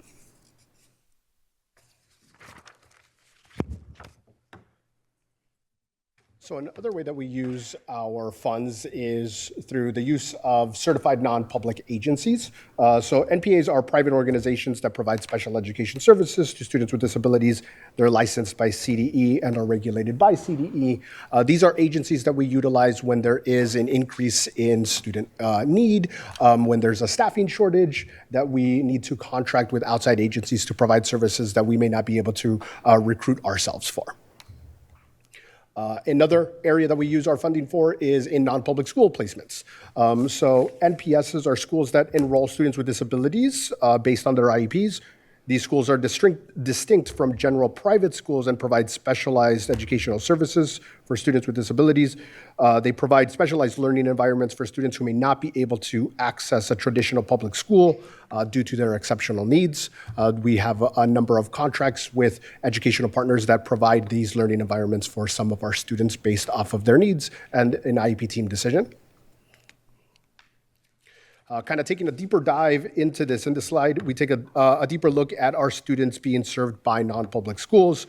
You will notice that the average cost for educating a student at a non-public school is just under $70,000. That generally includes their attendance, any related services that they have, as well as generally transportation is a cost depending on where the school is and the level of student need. That obviously plays a role into the cost for non-public school students. Also looking at residential treatment facilities, we currently have 2 students at residential placements and 2 pending. At the moment, it is 1 in-state and 1 out-of-state. Out-of-state placements are usually very much driven by a significant level of need that usually requires a level of therapeutic treatment that just generally tends to be provided outside of the state. And the average cost per year of a student at a residential treatment facility, because it is 24 hours with a significant level of need, is roughly about $250,000 per year. So one thing that you will notice in this slide, it contains an asterisk and legal fees, and you'll see that it's a significant amount of increase in legal fees. But there's a purpose for why we wanted to highlight this and put that asterisk on there, is that that increase of what is identified in legal fees includes things that sort of as a part of Janae's kind of great reset, where we look at saying it's not just special ed, there are other things involved with that as well. So like this increase also includes the contract of our BPSP independent monitor. And we know that the BPSP action plan is not solely specific to special education. It includes other areas within our system. It also includes the BPSP legal fees. Yes, it does include SPED legal fees, but it also includes an important distinction here is that an aspect of becoming more financially literate is that we now have a distinct monitoring system for any educational fund that has been provided through settlements in the past. So if there's a fund from 3 years ago that a family's still accessing and they still have that access to it, we now have a monitoring piece for that.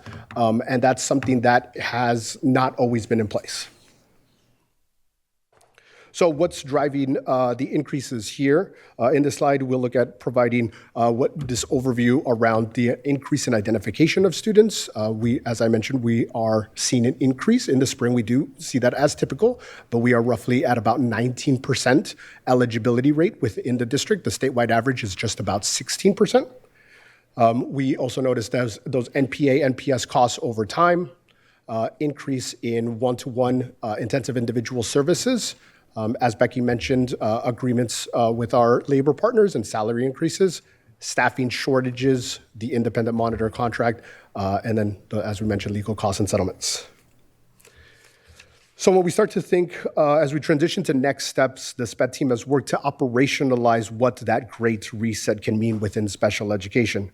This includes building budget literacy and responsibility among more members of the department's leaders and how we see SPED across the system. There are opportunities when we have to look at what is an actual special education expenditure versus what is something that's tangentially connected to special education. Through our MTSS lens, we are seeing opportunities to incorporate more of a one system of support into our budget as well.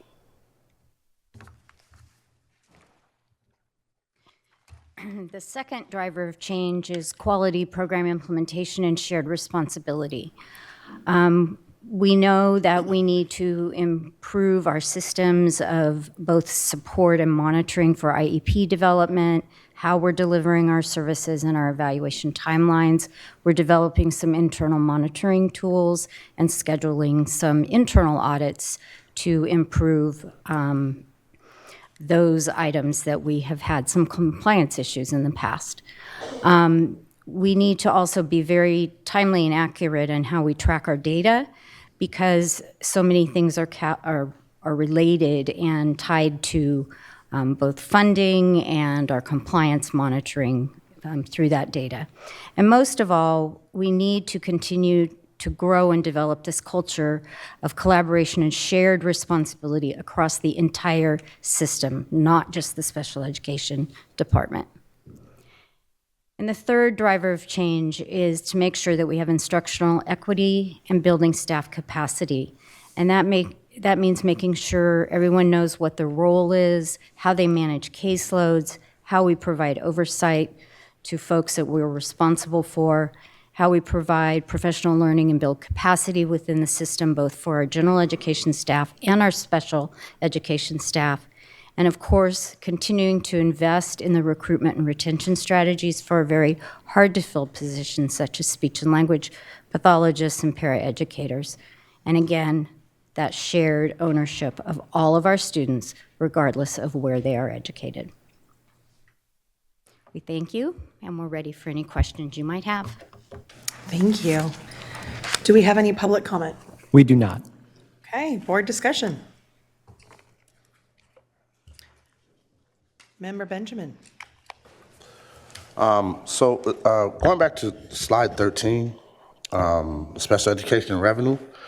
My question is this, obviously we're getting the biggest contribution from general fund, but what percentage of the state and federal grants are federal?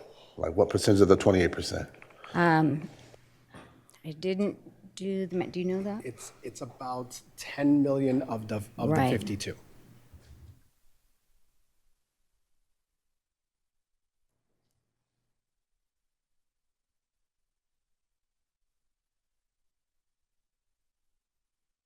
That was it? Excellent. Member Kayada. All right, so I'm going to have all positive comments today. I'm going to celebrate some of what I've heard here tonight and what I've seen over the past 6 to 8 months. And Becky, with your stability you've brought back now that you've kind of signed on longer term. So some things that I'm really excited that we're doing and I would like to keep focusing on. So first of all would be the vision statement. I think last time I had like one or two little comments, and this time my only comment is that I would really like to put an Oxford comment in there, because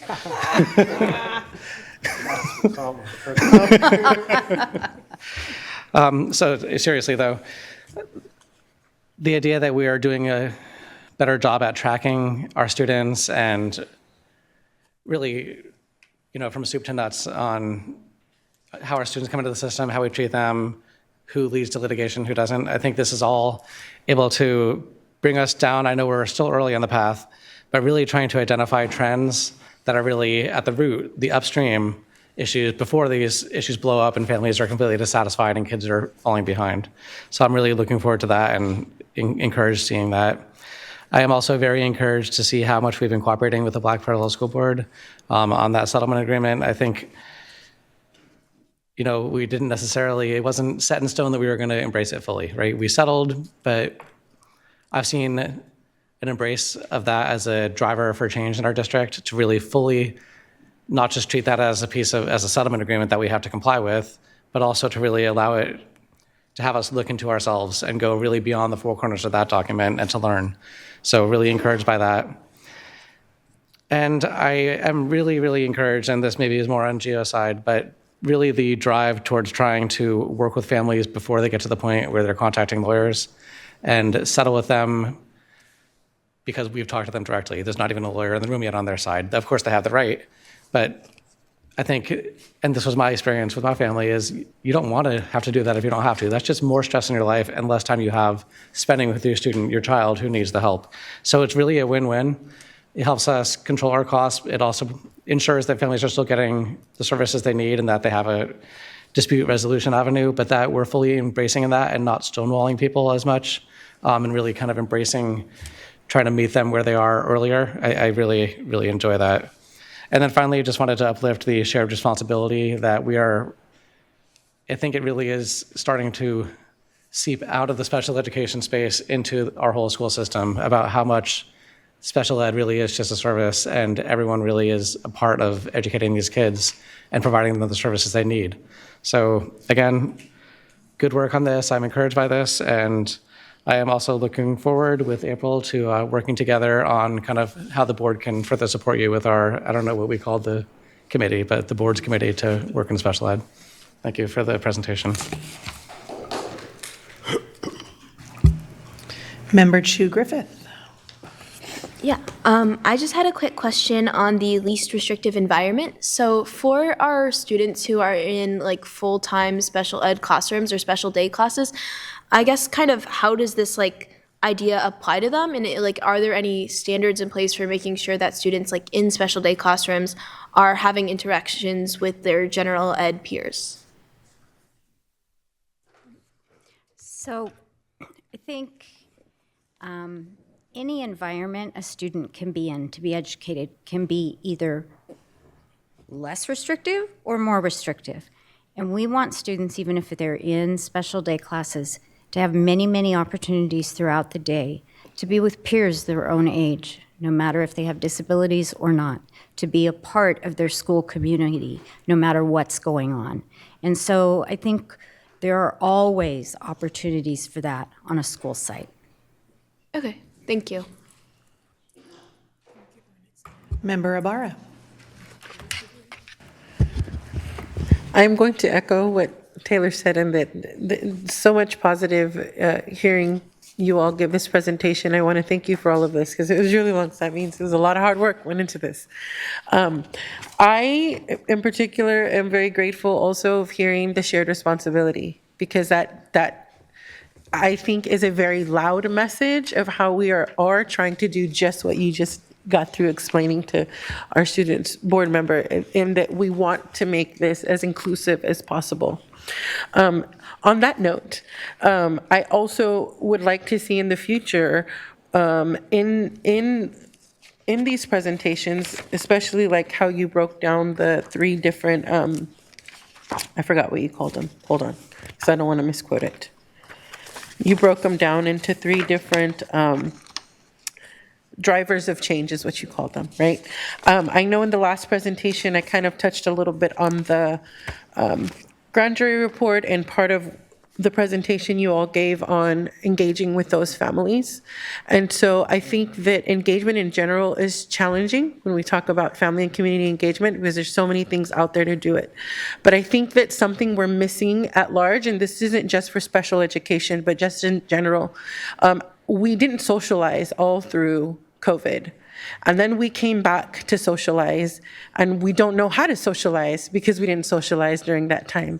And then on top of that, we're facing all of the challenges around special education, and we know that there was an increase around students with mental health challenges or disabilities, right? And so all of that frustration leads to families that are hurting. And sometimes it doesn't have anything to do with anything that you did directly. But by the time a family gets to the district, we know that they've already have this built up frustration, right? And so my comment comes around, what are we doing intentionally to help relieve some of that? So that as you are doing all of this great work, folks feel heard and seen through the process. Because it's hard for us to see the change because it's not going to happen overnight, but it's easy for us to digest what's happening if we have more direct contact with the folks that are driving the work at the district. So just keeping that in mind, and how I, as a board member, with a lot of experience around family engagement, can work with you all to do that so that we can be more intentional in these efforts. But again, great job. And I look forward to hearing more about your updates in the future. So thank you. Thank you all. I wanted to start by saying I appreciate the transparency. It feels like we're taking a hard look and you're giving us some hard numbers for us to grapple with. And I think that's super important because quite often when I'm chatting with folks in the community, particularly parents and students that are just dealing with so much and seeing so much and running into so many barriers, it's hard to not. I want the big picture, and I feel like we're beginning to see that in this presentation. I do want to go through a few slides. I had a couple of questions. I wanted to start on slide 10. Thank you, Gio, for emphasizing the discrepancy in our Black African American identification over identification. And I'm looking forward to continued conversations on how we address that in our system. What is it our teachers need? What is it our support staff need? What does our ESPs need to be able to accurately support students in their needs and not just over-identify? I also wanted to point out the socioeconomically disadvantaged because there is a 6% discrepancy there as well. And I was wondering at times if that comes from quite often parents not having access or resources or time or energy to advocate for those kiddos, and that may be why they are under-identified in terms of population, and wondering how do we make sure that our staff are accurately identifying and supporting students along the way. I can pause there if anybody wants to respond to what I'm sharing. Sure, I can take a bit of that. I think on both of those accounts for our Black African American students as well as our socioeconomically disadvantaged students, you highlight a couple of areas that are specifically called out in the Black Parallel School Board Action Plan that speak to how our sort of pre-referral activities, SST processes, taking a cultural lens to them in order to accurately help support what is the experience of our Black African American students in particular in order to help make that distinction between maybe some cultural factors, environmental factors, and then something that is in fact a disability driven, for instance. And then socioeconomically disadvantaged as well is there are actions that speak to, even in your SST processes, how are you looking at those environmental factors, identifying trauma pieces that have, that may not point to a disability, but may point to a mental health need, for instance, and that may be driven by socioeconomic status. So. Excellent, thank you.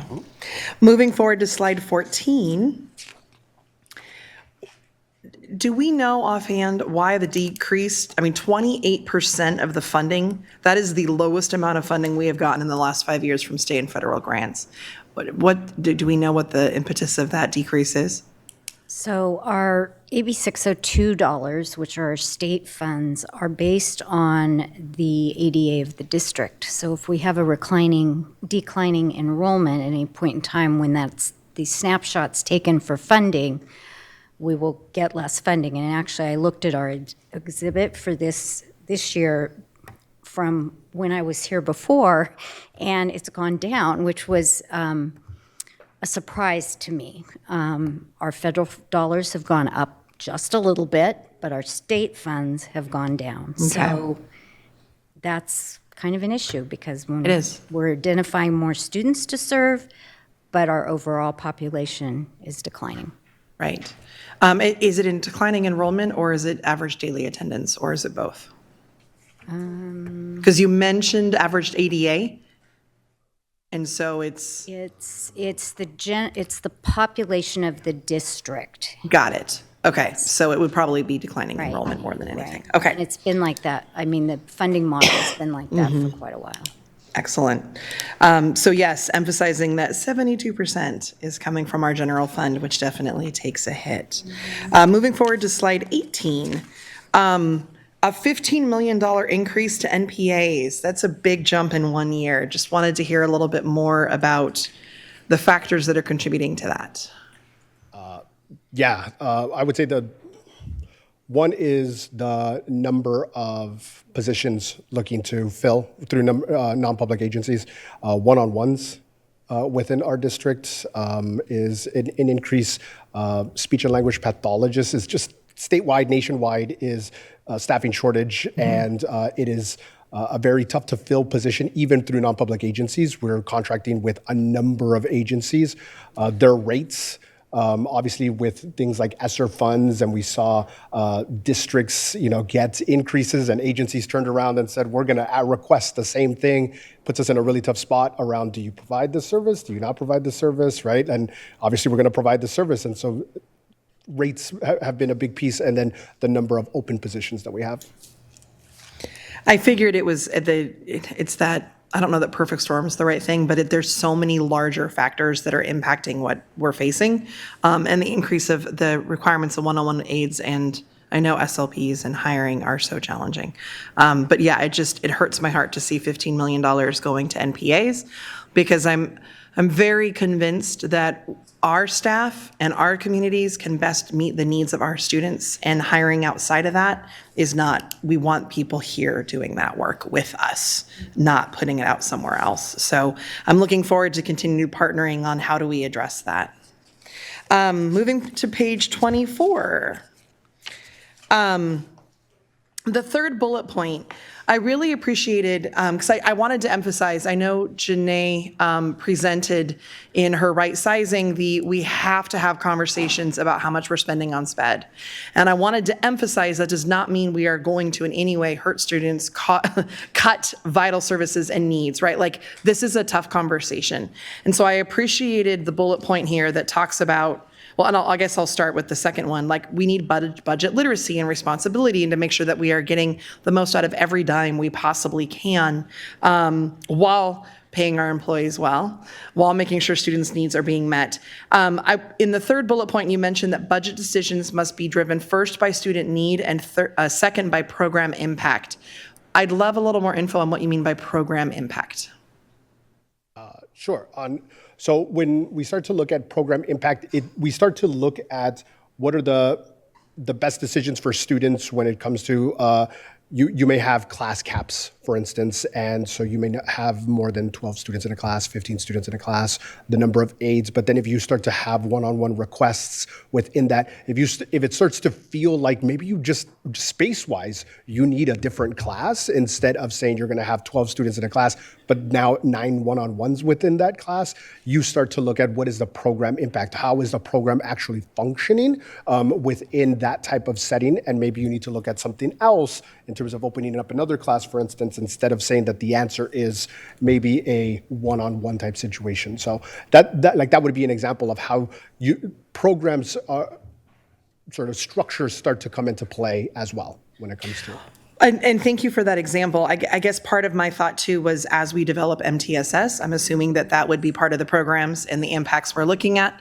As we look at, and I do want to emphasize, I know both Member Kayada and Member Ibarra talked about how we have to look at every student as a student first.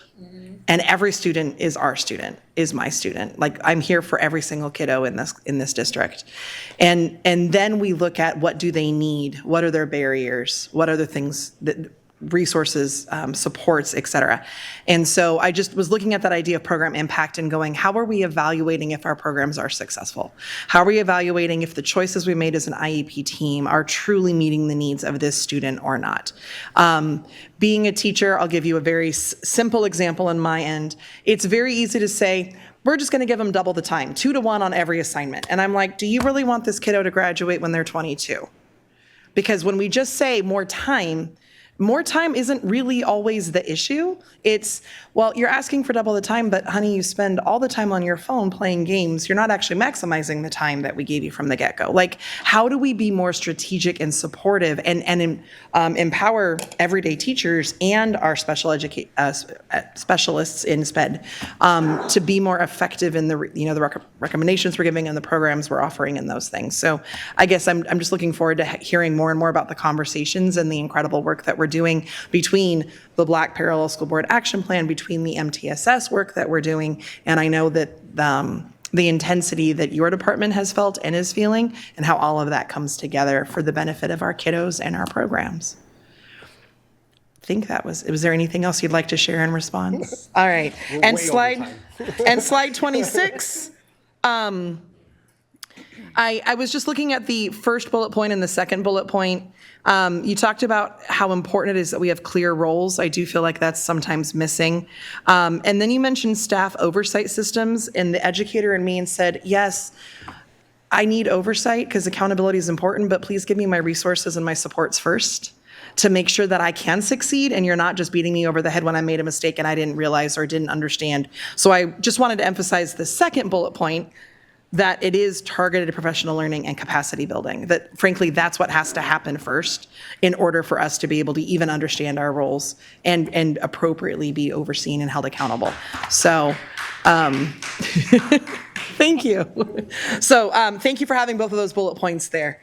And with that concludes my questions and reports. If I could just add Please do. On the end of that is that we acknowledge that there is some internal reorganization that we need to do, and some of that clear roles, caseload balances, staff oversight is around how internally as a department we operate. And so it's not just what's going on out at the schools and the teachers in the classroom, it's internally as well, and the work we're doing to try to create a seamless system.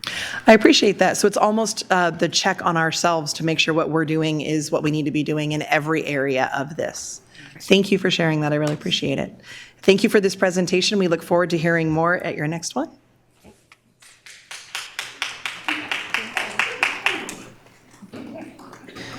All right, moving on to 11.1 with a very long title. Hearing and adoption of the district's initial proposals regarding Teamsters, classified supervisors, TCS, collective bargaining agreement negotiations for 25-26 reopener. I could try, but I don't think any of us wants to stay here that long. Good evening, Vice President Jean, members of the board, Superintendent Allen. My name is Dan Shalek. I'm your Director of Employee Relations, and I'm joined tonight by Concy McCarn, our Chief Human Resources Officer and our lead negotiator. We are here tonight to let you know that we are preparing to begin negotiations with TCS, Teamsters Classified Supervisors. As you're aware, we're already engaged in successor negotiations with 2 other partners, SCTA and SEIU. TCS, their contract actually expires June of next year, but we do have a negotiated reopener for this year, and so it's our intention to engage in this reopener negotiations.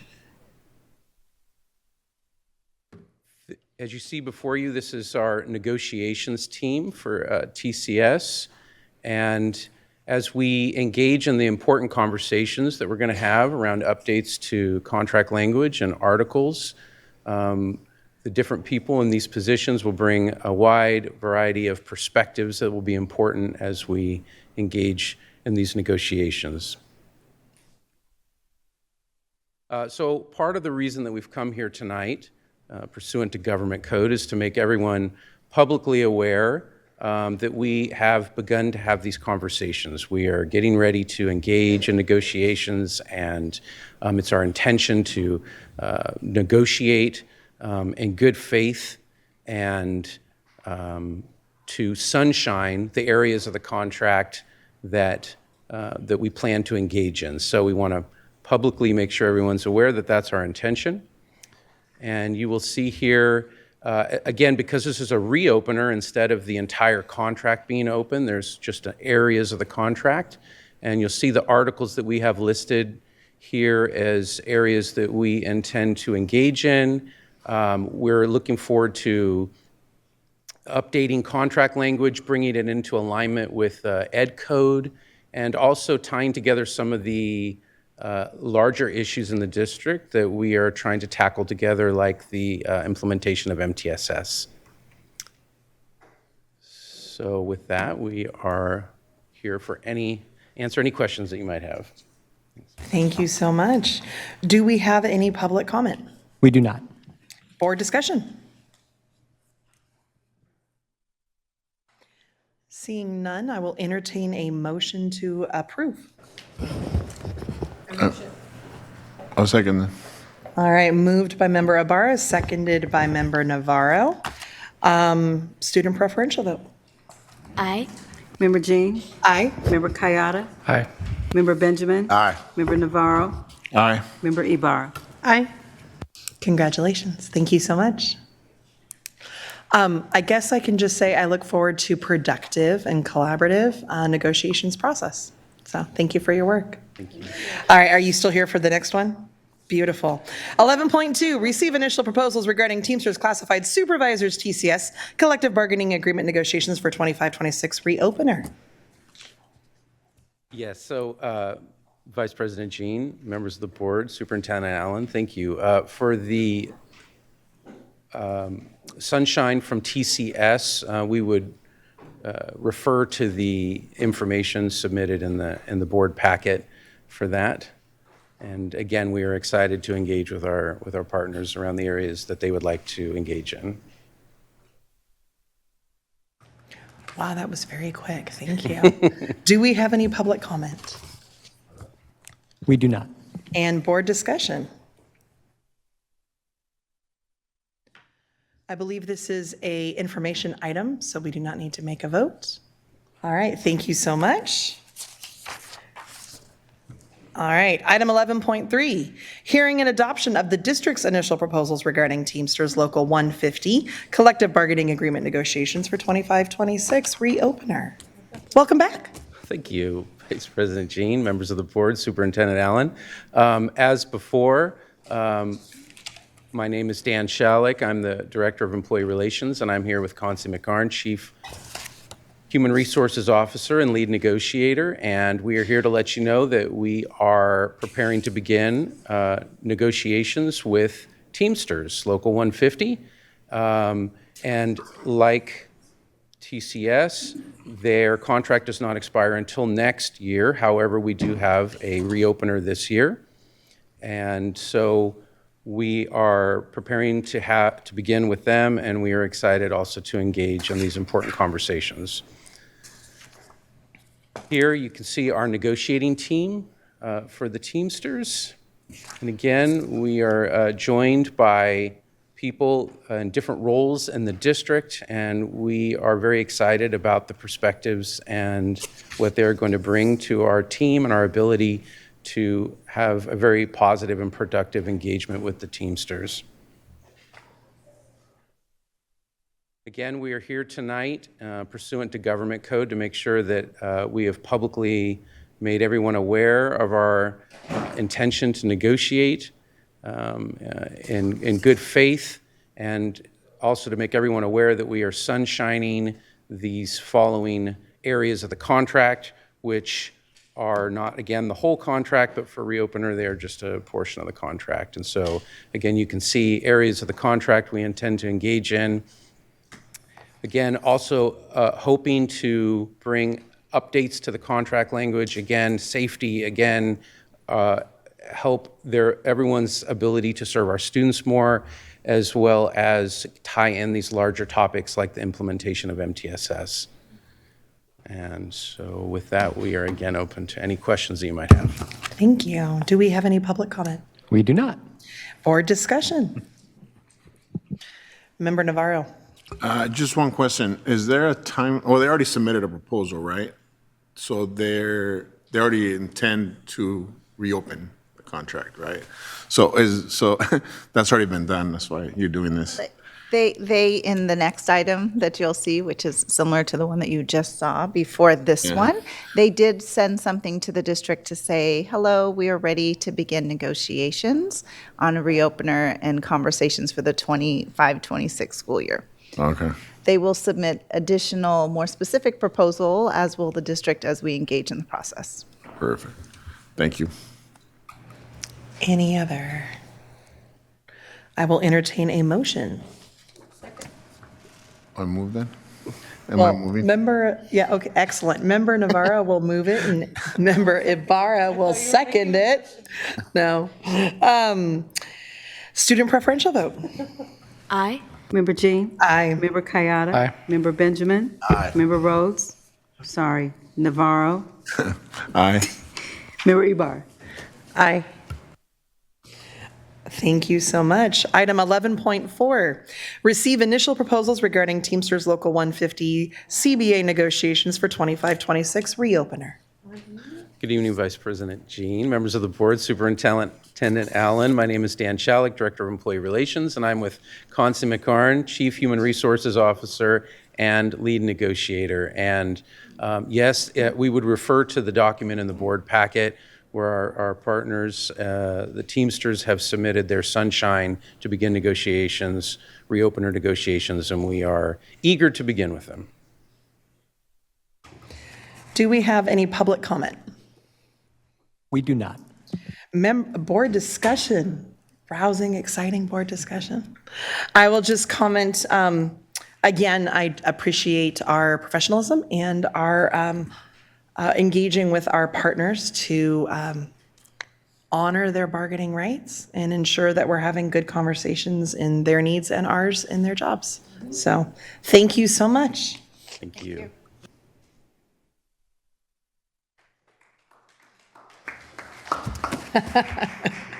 11.5, determination hearing for charter renewal for the Met. Welcome back. Hi there. All right, we've got the whole team. All right, 6 out of 7 for the year. We got this. Welcome, everybody. Thank you. Tonight we are having the determination part 2 of the renewal hearing for the Met. I am Amanda Goldman. With me I have Principal Guevara, and I also have my intern in my office who happens to also be a senior at the Met. So we asked her to come be part of tonight's presentation. There we go. The process for tonight, as we've seen it before, we will present for about 10 minutes. We have to have equal time for me and for Principal Guevara. There will be opportunity for public comment, board questions, and discussion. And then we will ask the board to take action tonight to meet all of our required timelines. Review of the timeline, the Met submitted their petition for renewal January 31st. We were required to have it reviewed and voted on within 90 days, and we are on track to meet that requirement. As we've talked about before, the renewal tiers are governed by data on the California School Dashboard based on 22-23 and 23-24 dashboard data. The Met falls into the middle tier criteria for renewal, which is an assumption of renewal for 5 years unless any of the things highlighted in orange have happened. We carefully reviewed their petition as well as their record of the last couple of years. They meet all of the criteria for what is required in their petition. The areas on here where you see substantially means that yes, they've met it. You don't have to worry, but they are things that we're going to work on over the next 5 years as we continue to work with them. And as before, these have a lot to do with how we understand the relationship between our dependent charters and the district. It's a little bit different than our independent schools. And all of this was published in the board report that you all received about 15 days ago. When we review a charter, we're looking at three pieces. We're looking at the charter itself. Does it have all of the required pieces? And yes, it does. We're looking at, is the school engaged in sort of reflection and continuous improvement? And as we talked about last week, there are some fiscal issues that we have looked at, but we have plans and we're working really hard to make sure that they are not long-term viability issues, and you will be receiving regular updates on that. The third area is about data, and I'm going to let Nuwa speak about data. Hi. For my internship, I have been reviewing and compiling data for all the SUSD charter schools for the past 5 years. And this data you'll be able to find in your staff report, and you will also be able to find it in your annual report, which you will receive in June. And according to the data, the Met meets the criteria.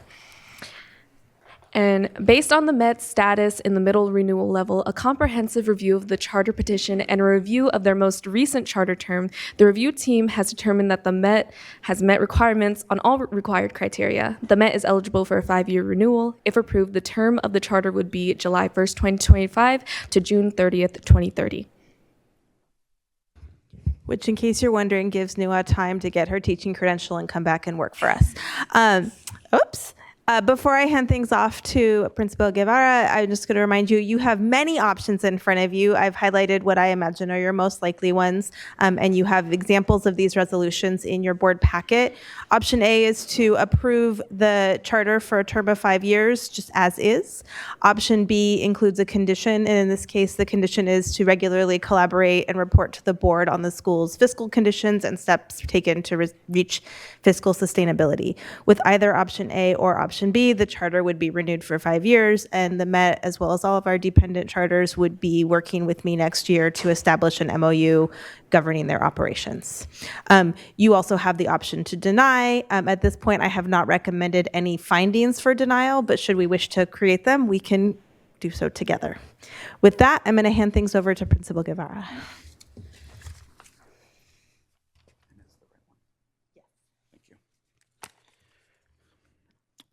Good evening, Superintendent Allen, Board Member Jean, and esteemed board. My name is Heraclio Guevara, and as I said before, I'm the son of Manuel and Julia Guevara. I'm the proud principal at the Met Sacramento High School.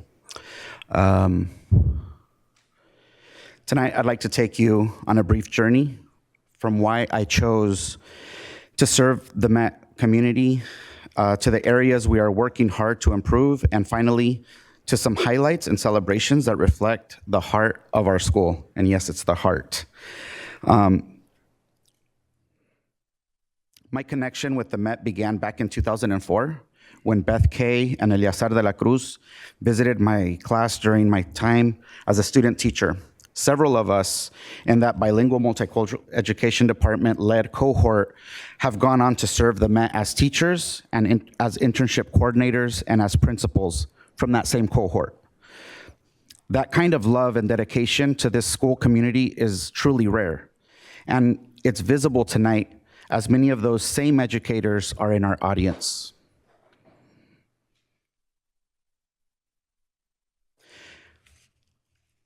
Why I chose to come to the Met, I shadowed the Met under multiple principals, and even back then, I knew that one day my own children would be Met students. When my daughter was diagnosed on the autism spectrum, I didn't hesitate. I knew that the compassion, individual care, and unwavering support shown by the Met staff was unmatched. I've seen it firsthand over the years through relationships, through outcomes, and through the stories of success as our graduates walk the stage. Throughout my career in SCUSD, I proudly served thousands of families.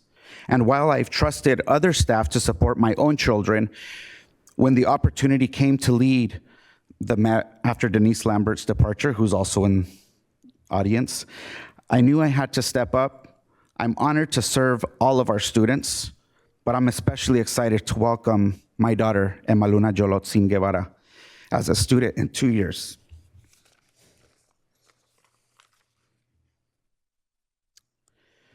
Some areas that we're working on that I know are there. As we continue to work, there are areas where we must push harder, starting with math achievement. As a former math teacher, our current performance does not sit well with me, but we've acted quickly, pivoted, and are moving in the right direction, I feel. We're partnered with a skilled math training specialist, Carrie Lawler, an ex-advisor and well-known to our Met family. We've brought in a site instructional coordinator with a math background to work directly with our teaching team. We've integrated math-based real-world tasks into our advisory, which our students have every Monday, Wednesday, and Friday. And our RSP teachers now co-teach in at least one math class with plans to expand next year. We're also addressing our graduation rate. With a small student body, even 2 students not completing dramatically affects our percentage. However, we've dedicated time and training for staff to ensure we are fully supporting each student's path to graduation. Our enrollment is lower than we'd like, but we're laying the groundwork now for stronger recruitment and visibility for the next school year.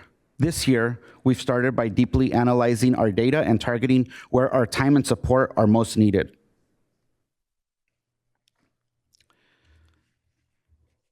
This is my second year at the Met, but I'm proud of the strides we're making. Our new school advisory board, modeled with the great work put together and guided by Amanda Goldman to my right, has quickly taken shape. We have an engaged president, a shared accountability, and a unified team that's committed to student success. Our student climate, last year's suspension data placed us in the yellow tier on the California dashboard with 13 suspensions, and I know the students that I had these conversations with.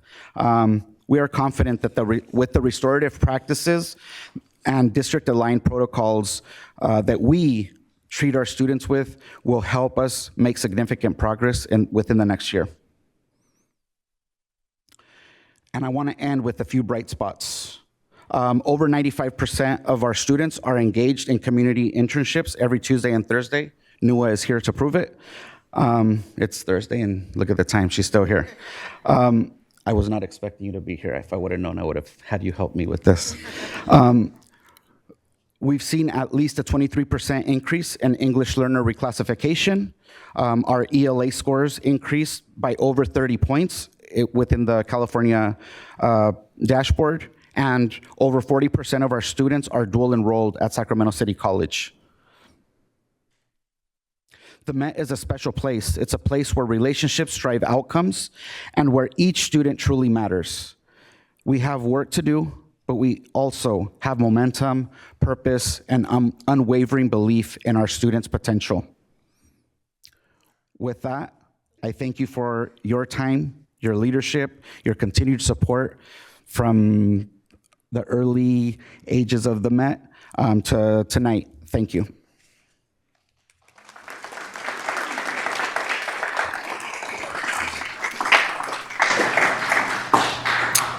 Thank you so much. Do you have a public comment? We do. We have 4 speakers signed up for this topic. Eleazar de la Cruz, followed by Victoria Lemus, Chico Gonzalez, and Nicole Turner.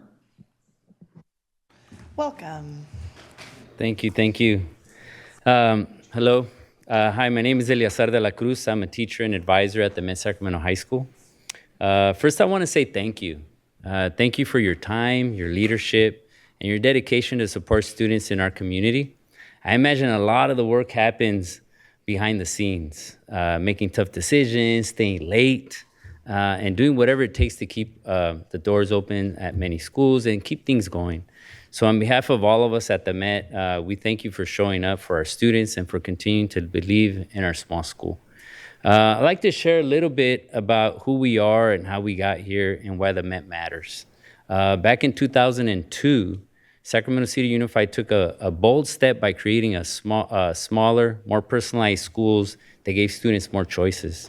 The Met opened the following year in 2003 and used the big picture learning model based on the importance of building relationships, offering real world learning and personalized education for each student. In addition, we partnered with Sac City College to create a dual enrollment program that helps build self-esteem and has given students the opportunity to pursue higher education by allowing students to earn college credit while in high school. We might be small, but the impact has been big. For a while now, we've been a big picture learning flagship school, a national model for student-centered education. We've had leaders visit from across the country, and even as far as Australia, came and learned from our approach. In 2023, we were recognized by the city of Sacramento for our work in youth development and civic engagement. However, this is not the main story. The real story is our end product. We like to say that, we talk to our students, well, what's your end product? What's your purpose? And so that's our students. That's the real story.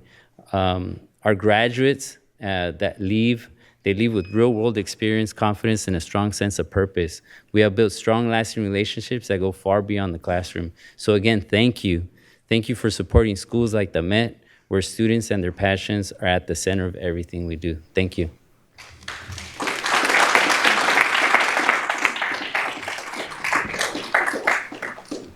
Greetings, Board Vice President Jean, Superintendent Allen, esteemed members of the board. I'm Victoria Lemus, the Met Sacramento High School's internship coordinator. I've had the privilege of serving the Met for the past 20 years. I'm here today in support of our charter renewal and to share about our commitment to providing our students with authentic experiential learning. Internships are a key component and part of our curriculum. Just last year alone, we reported over 65,000 hours of work-based learning. The Met works under the umbrella of the Big Picture Learning Model, whose philosophy is that students learn best when they are interested and passionate about the work. Through guidance from dedicated advisors, students secure an internship that lasts the school year and sometimes longer. They work alongside their internship mentor who provides them with guidance, support, and insights that can enhance their learning. Mentors share industry-specific knowledge, best practices, and career advice, all of which is not taught within the four walls of a classroom. The Met staff has witnessed firsthand how experiential learning leads to higher levels of student engagement and motivation. When our students see the relevance of what they are learning through the real-world application, they become invested in their education. They understand that what they put out into the world is of value. Mirabai understands that making pasta from scratch at Localis involves using high-quality ingredients, mastering the techniques of kneading and rolling the dough, and focusing on the details to achieve a restaurant-quality texture and flavor. Nora understands that her time spawning Chinook salmon and American river steelhead trout at the Nimbus Fish Hatchery is crucial in order to ensure the continuation of these species populations. And I could go on and on sharing about Met students and the incredible work they do, because that is my passion. And that is exactly what we want for our students. We want them to find their passion. The Met Sacramento High School has been, and with your support, will continue to be at the forefront of career exploration in the Sacramento City Unified School District and throughout K-12 education in the state of California. Thank you.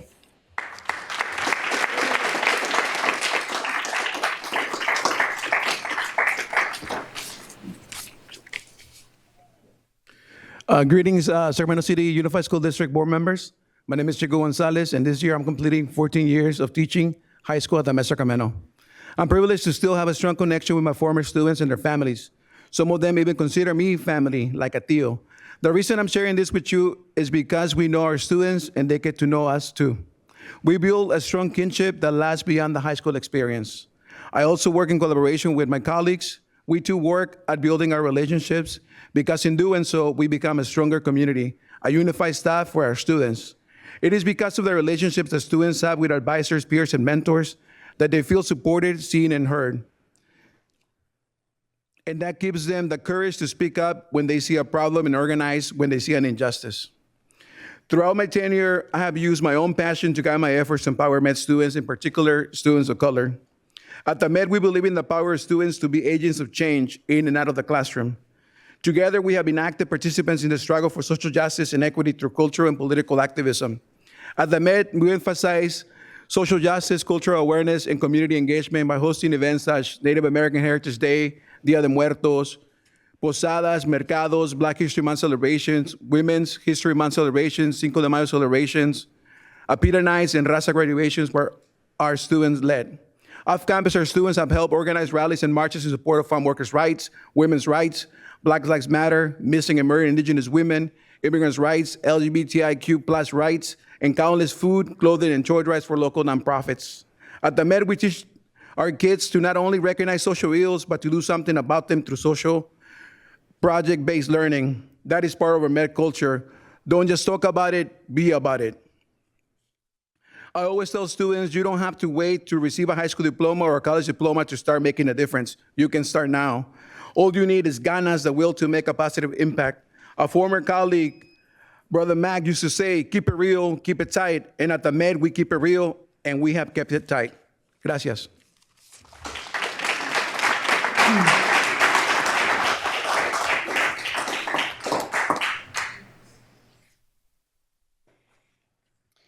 Hello, everyone. Sorry, I'm already getting emotional, but my name's Nicole Turner. This is my son, Charlie. He's a freshman at the Met. And, you know, my husband and I struggled with what we were going to do with him starting high school. He had a great program. He was born completely blind and has hearing loss. He had a great program for K through 8, but where do you go for high school? We were searching, even considering sending him off to a residential school in Fremont for the blind.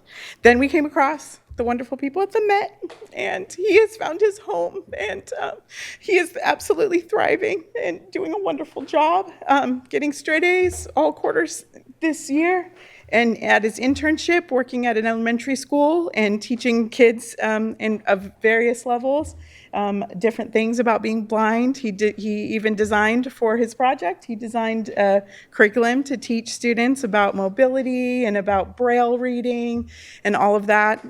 He has really just found his place. And you know, as a mom that has background in cultural anthropology and appreciates the multiculturalism of the world and everything, and it has just been a blessing to find such a wonderful place in the Met. And the teachers, the students, everybody have been wonderful and welcoming, and we are just grateful for them. And so this was impromptu, we just came to support, but they asked if I wanted to say a few words, and apologies, I speak from the heart, as does Principal Guevara.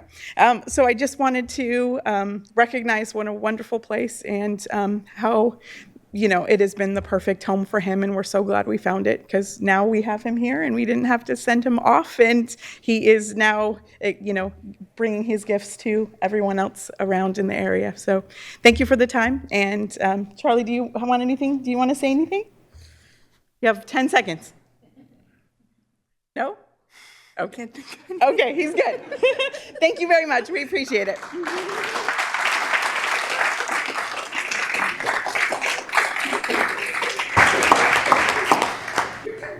All right, board discussion. Member Kayada. All right, so I came here tonight with a lot of great things to say about the Met, but I realize right now I can't say it better than what we just heard from these past 5 comments. So I would just say that those comments that we heard tonight represent many of the comments I've heard about the Met, and it's not in my area, but I still hear great things about the Met, so that's a testament to what's being done there. And it's a testament to what our small schools, our small dependent charters are able to do with the flexibility and your size. So I really want to make sure we can continue to uplift that. I do think I need to turn towards the financial picture because ultimately that's, I guess, the biggest elephant in the room, and we talked about this a little last week. But in order for these schools to continue providing the services that they are, and this is not just for the Med, this is for George Washington Carver as well, they need to be financially stable. They need to be able to sustain themselves. The district can't continue to keep bailing out these schools, as wonderful as they are. If we, spend more money on our other schools, maybe we'd get outcomes also. So I think that was, what was it, back in 2002 when these were started? That was the original partnership from, some community elders I've talked to, was an understanding that we're trying something new, but we don't want to create something that's going to be a drain on the district forever. So with that said, I want to make sure that we're able to continue uplifting this. And so when we call for a motion, or if I'm able to, I'd like to, the staff recommendation here and the staff report's a little stronger than what we heard verbally, but there's a strong recommendation to make sure that we have an MOU to maintain their dependent status in a financially stable way. And so my recommendation would be, of course, for the 5 years.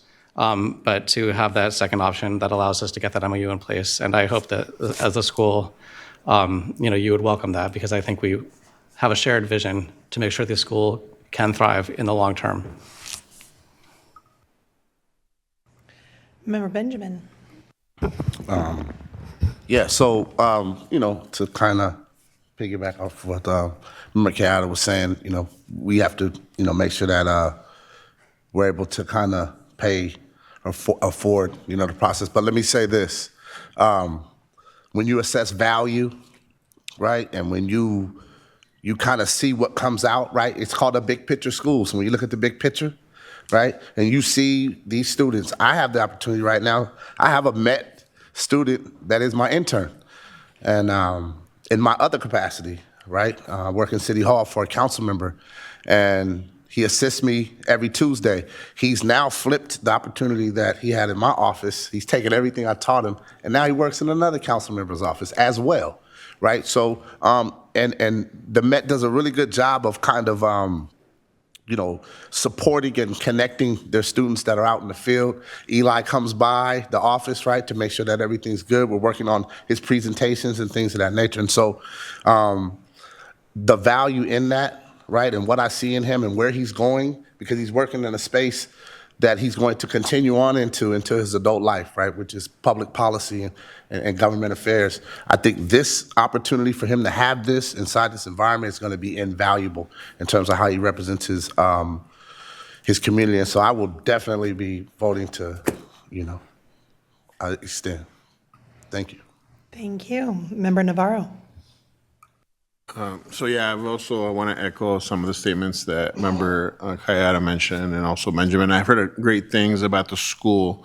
I have a question about math, because the new tech also had issues with math. So what do these numbers represent? Where are these numbers coming from? You want me to, yeah, why don't you go ahead. I'll take it. The math numbers are. So we discussed how our graduation rate would be low if 2 students do not participate. Whenever we have one item that affects our lower number is whenever we have students who opt out, they receive the lowest possible grade on a state test. Oh. So when you have multiple students who opt out because that's their choice, we cannot force them to take the state test. It truly affects you. Our school is small, and I know that, as board member Kayada and yourself and I'm sure everybody is questioning why we are not at full capacity, but we will get there. And I know that we will not be here requesting for this ongoing thing. I will work my tail off to make sure that does not happen. But that is a huge component. Our students typically are tested their junior year. Sometimes our students do not continue with math. There's junior and senior because that is their choice. And so that is something that I am also trying to guide them towards. The goal is when students tell me I'm not going to go to a 4-year college, it is our job to ensure that they are A through G. Now, if you then choose not to use that when you graduate here, that's your choice. So that's an approach that we are moving towards. Okay, I like that. I have a follow-up question to that. So my next question is, and you as a math teacher, are these kids actually meeting the A through G requirements, specifically the math requirement? Because that would be data that I would look at more than the actual test. So not every student who graduates is A through G. However, again, that is something that we are trying to move towards, that we counsel them to make sure that it is our job that we prepare you for that. And so that is something that we're not graduating 100% A through G. I'm not going to lie to you. But that is the direction that we want to move towards. And what about the math part? Is that Are they falling short on the math part? I mean, when already they know. begin to struggle in math, something that, I mean, I didn't mention here, but I will mention they are struggling. Students are struggling. I feel that, and in talking to other schools and other districts, other areas of the state, I was just at the CABE conference 2 weeks ago, and that is something that's huge, where students are struggling throughout. It's not in Sac City, but it's throughout. Something that we are also, that we did not put up there, but we did bring in the support of youth development, and we do now have an after-school program, which we did not have. And the reason for that is to offer tutoring for our students, not only after school, which we had every Wednesday, Monday and Wednesday before. Now we have it Monday, Wednesday, Friday, but we also have support for before school program for students who may not have finished their homework because they were struggling, and they now could get there at 7:30 and attend tutoring with folks that are in the building now. Perfect. Thank you.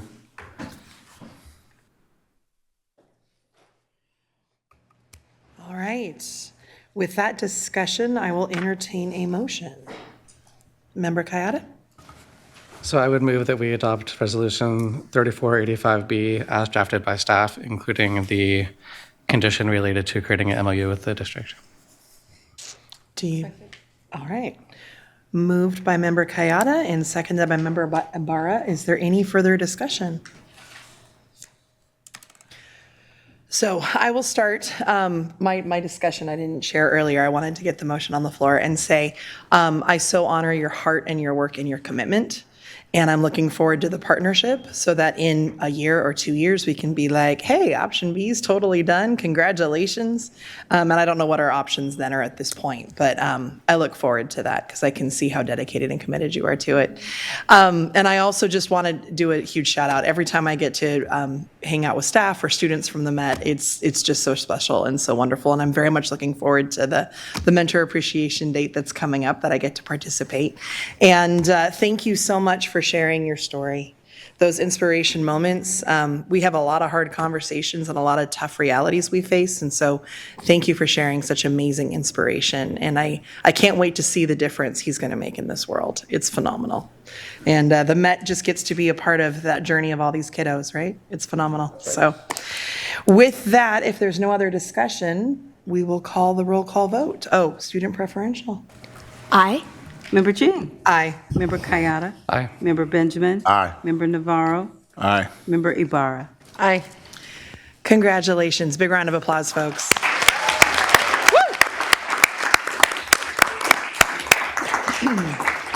Thank you.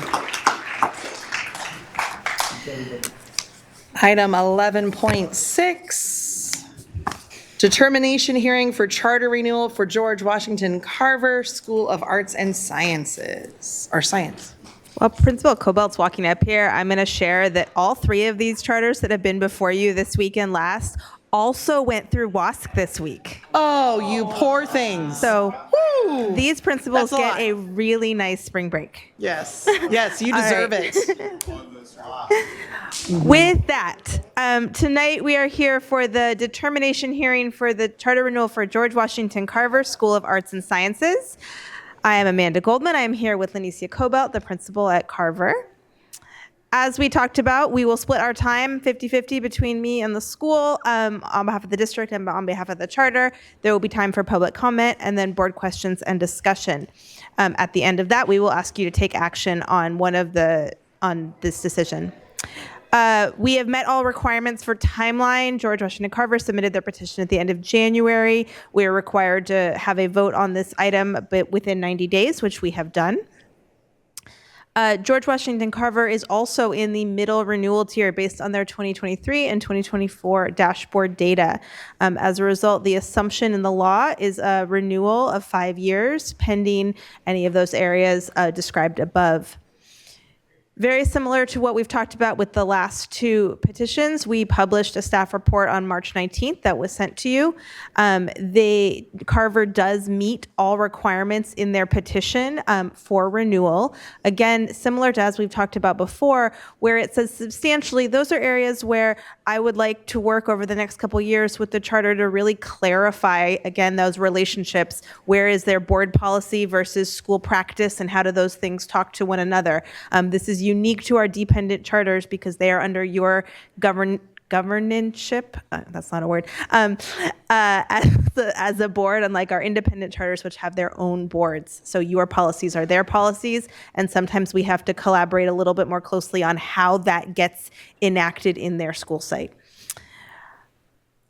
Again, similar to what we've talked about before, I look at sort of three big areas. Their charter, which again has all of the things, meets the requirements, but does have a few little details that we'd like to address in the course of an MOU.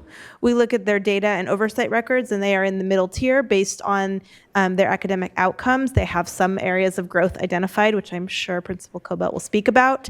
And again, from a reflection and continuous improvement, the biggest area here continues to be fiscal. As we've talked about, the school has taken many steps in the last 18 months to correct the sort of fiscal turn that we took. Most of what you are seeing from the financial perspective is the result of things changing faster than we can adapt, but we have plans to adapt. And I think we have the assurance from the school that no one wants to be here like we were last week again. So we're going to work really hard on that.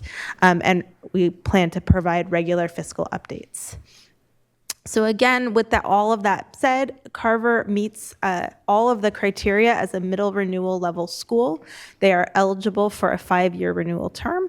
If approved, that charter term would be July 1, 2025 through June 30th, 2030. And as I've said in other places, should the board vote to renew, I strongly suggest that we really put some strong work in place over the next 12 months to have a strong MOU with our dependent charter schools. And I have included language in your sample resolutions that ensures that you all receive regular fiscal updates. With that, I am going to, same options are on the table as in our previous presentation. Always, you all can choose other options. We would just have to sort of co-create them together. And with that, I'm going to hand it over to Principal Cobelt. Which one is it? This one? It's that one. This one? Yep. Good evening, everyone. Before I speak, one of our Waldorf traditions is to recognize that we are standing on the land of the Nisenan people, and to recognize that we acknowledge the Southern Madu people to the north of the valley, and Plains Miwok peoples to the south of the American River, and the Patwin Wintun people to the west of the Sacramento River. We acknowledge that we are standing on the tribal lands of Sacramento's indigenous people. And we also ask permission for the eldest person in the room to grant us permission to speak.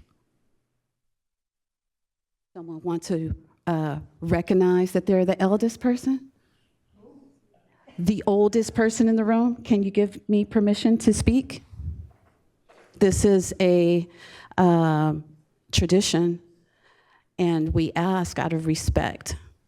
So, no one wants to fight for that title? Just say aye. Thank you. So, one of the reasons I really wanted to come to George Washington Carver is for things of that nature. Recognizing the land, recognizing my culture, and just who we are as a people, recognizing who we are. Carver is a Waldorf-inspired curriculum school. And I am a person that lives in a household full of artists. My daughter went to school on a full music scholarship. My youngest daughter started a venue for creatives on her own in Florida. My husband is a poet, and I have some hidden talents of my own that the staff gets to see on occasion. So when I came to Carver about 10, 15 years ago, I was really blown away by their art and the integration and the music and the way that they integrated art into education. That is what Carver does really well. We believe in head, heart, hands pedagogy. So that is, we meet kids where they are. We want them to go to college, but we also want them to be fully developed. And we can't do that if we do not speak to their heart first. And then experiential learning, which is that project-based learning application piece. We believe in strong teacher and student relationships, inclusive and restorative cultures, which has been a challenge because Waldorf education is based in European traditions. And so we are doing a lot of work to make sure that we recognize DEI and have a diverse community. And of course, we're college prep focused. Our growth areas. We need to grow as well in our math area. We are doing a lot of work and professional development. Of course, self-regulation for our students. As you know, our students have a lot of anxiety sometimes or social emotional needs. So just making sure that we have things in place for them. ELA performance has declined in our Hispanic group. So we need to differentiate and provide more support in that area. And our enrollment declined after returning from COVID. So we have an action plan to increase our recruitment. 27.8% of our students were recognized as college ready, but like the Met said in the Waldorf community, a lot of times they opt out and they choose careers that are focused, not necessarily that are more focused with vocational careers and businesses, not so much with college. So this is an area where we are trying to encourage our students to apply and take the SATs, do all the college prep work, pass all their A through G classes, just in case they change their minds, and to make sure they have all those doors of opportunity open to them. Our highlights. Our graduation rate increased to 97.4%. Our suspension rates reduced significantly due to our work with our DEI and social emotional work that we're doing. Our grants and our partnerships have been secured, and we are looking at more grants and more partnerships. Student culture climate has increased to 85% favorable, especially with our BIPOC community. That's a huge growth area for us. And we have completed EPIC and anti-trauma professional development this year. We were recognized in 23-24 as U.S. News Best High Schools, and we have built a very strong and competitive sports community at our school, which can be very challenging in a small school. So our students are asking to become CIF sometime in the future. Thank you.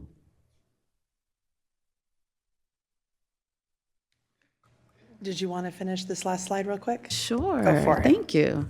Our call to action, of course, is that George Washington, we're committed to our student success. And of course, our school meets the renewal requirements, and we're looking forward to our continued partnership with SCUSD. Thank you. Thank you.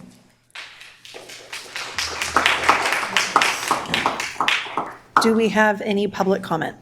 We have 4 speakers signed up. Lisa Tuardos, followed by Marguerite Soto, Daya Hamilton, and Donnie Jackson. Welcome. Thank you. Good evening, everyone.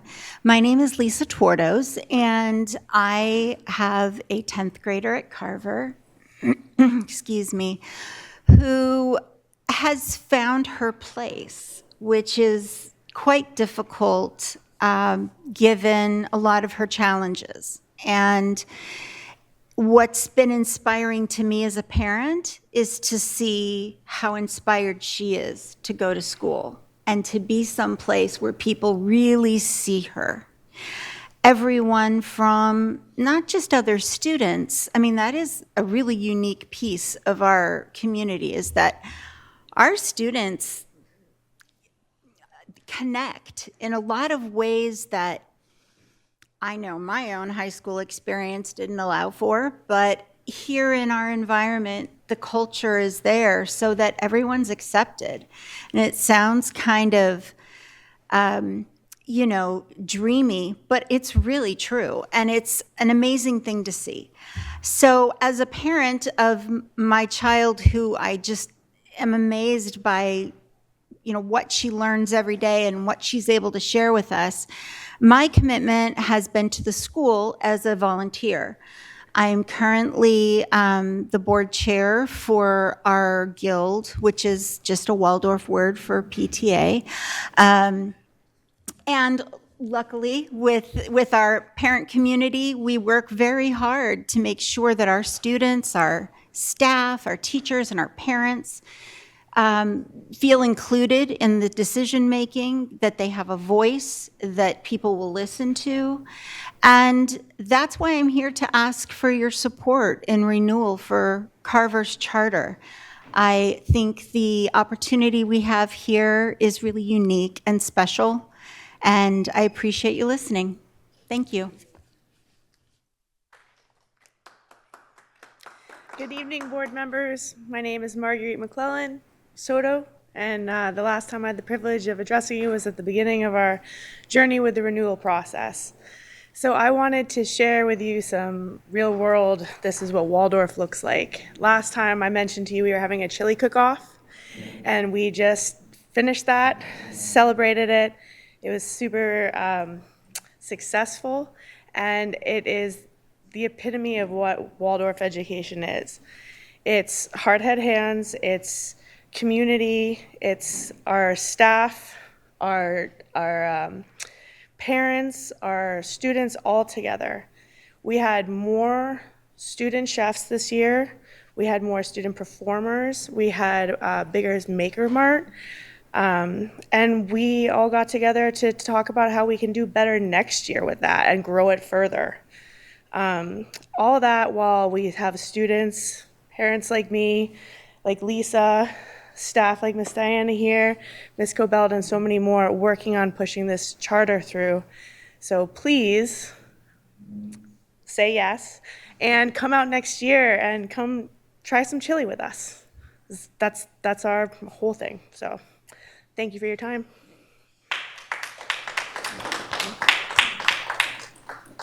Good evening, board. I'm Diana Hamilton, and I work in the kitchen. I run the lead for Carver's Kitchen with Nutrition Services. I've been in the district for almost 10 years and in and out of Carver as a sub, as well as covering for other leads before I actually got the lead almost 4 years ago. And I've watched the students every time I go change.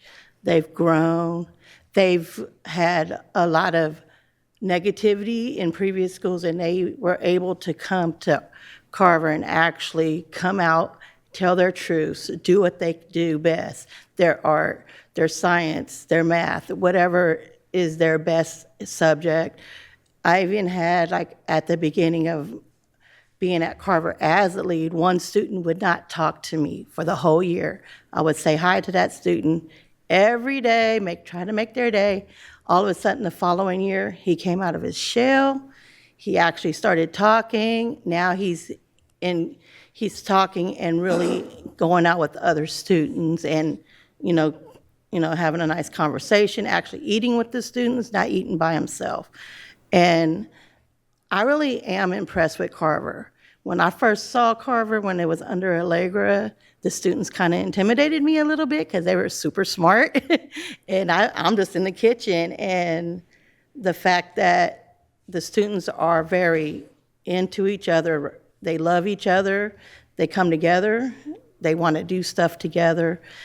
they even want to change stuff in Carver, and they'll talk to everybody about it. And I'll listen. I'll bring it to to Ms. Cobelt or whoever, and look, the kids want to do this. And so I feel that if they go to a different school besides Carver, they won't get the ability to see their own imagination grow.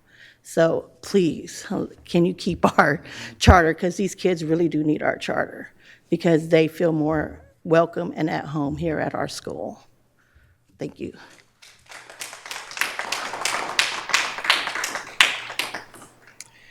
Good evening, board. Appreciate the opportunity to speak.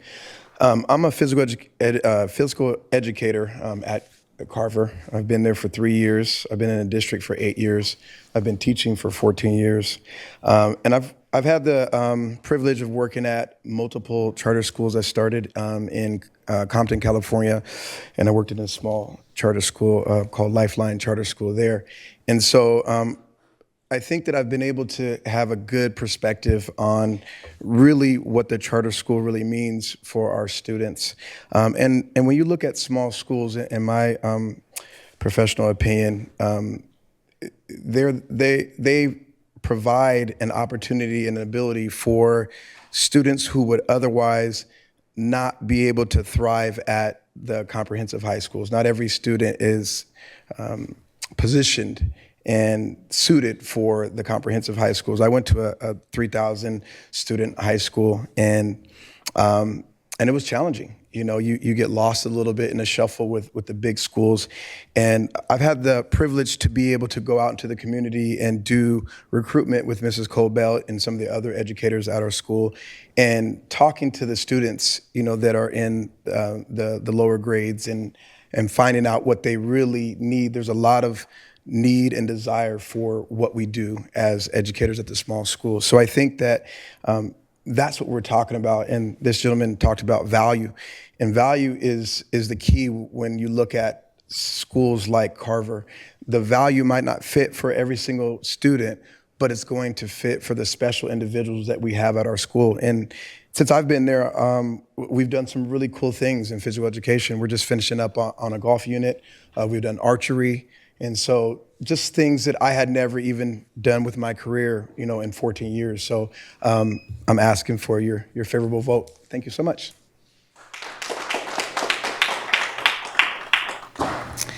Board discussion. Member Navarro.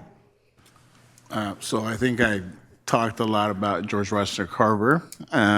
And yeah, I want to apologize for not making the chili cook-off. I had an incident with my pet and another pet. I won't go into it, but it happened that day, so I had to deal with that. So I couldn't make it. But yeah, it's a great school. I get a great vibe, and it was the students and the staff that I met were wonderful. I was fortunate to get a tour from Ms. Cobelt and also Lisa. I forget her last name. But yeah, definitely, I think that there might be issues with enrollment, but I'll let another member talk about that. But I want to second the motion when it comes to the floor. Thank you. Anybody else? Do you want to make the motion? So I'll make the motion for option A, though. Are you doing option A? Yeah. Okay. I want to have discussion. Do we have a second? All right, motion does not continue. Do we have another motion? Oh, motion for B then. A motion for B then. Motion B? Yeah. All right, do we have a second? I'll second that. Okay. Do we have any other discussion? Can I just make a comment? Of course. I just want to say great work. All of the stories that I heard tonight were very touching, but I just think that this is a school that there's so much potential for. I think that leaning on us as a board so that we can work with you, and this isn't just for the Met, this is for all of the schools that we've been approving lately. But yeah, just leaning on us to partner with you and what that looks like, so that our conversations, when they start to change, right, and the finances start to lean more towards what we're working towards is you all sustaining yourselves, how we can support that. I think that there's also a bigger message here. We're serving a lot of our special ed students in our smaller comprehensive schools, so there's lots of conversations to have around that too. But yeah, those are just my comments. Thank you for all the great work this evening. Member Barr, can I call out that Carver probably has one of the highest special education percentages in the district? They're well over 30%. That Which makes so is much sense. great and really tough. Yes. Right, yes. So I have a bunch of different challenges that I deal with. One of them is that I was diagnosed late in life. But knowing that now, I'm just going to share really quickly. I went to Oak Ridge Elementary School when we were they were transitioning to turn into a Waldorf school. And I don't want to go down to why things changed, but I know the full history. But what I can say is those were some of the best learning years of my life. And to this day, we have conversations around that. So I know that that comment that you just made resonates. So let's work together to see how we can better serve those families together. Member Kayada. So I've learned a lot about Carver through your renewal process. Unfortunately, this is a school I feel like I have the least connection to, mostly because you're as far away from my house as you could possibly be in the district. Never actually been on your campus, so I'm really hoping to change that. But the stories I've heard and the impact that you're having is really evident. And this is what I say to all the small schools and the charters in my area is let's learn from you because you're doing something great. And number one, you're helping your students. But number two, if we can learn and bring back some of that to our other schools, it's just an amazing opportunity. So definitely I'd be interested in coming out and getting a tour maybe in the fall. I don't want, we're winding down now. But, keep it up. And I feel your commitment. I feel your community's commitment. And I'm looking forward to this school continuing. All right, student preferential vote. Aye. Member Jean? Aye. Member Kayada? Aye. Member Benjamin? Aye. Member Navarro? Aye. Member Ibarra? Aye. Congratulations. Thank you.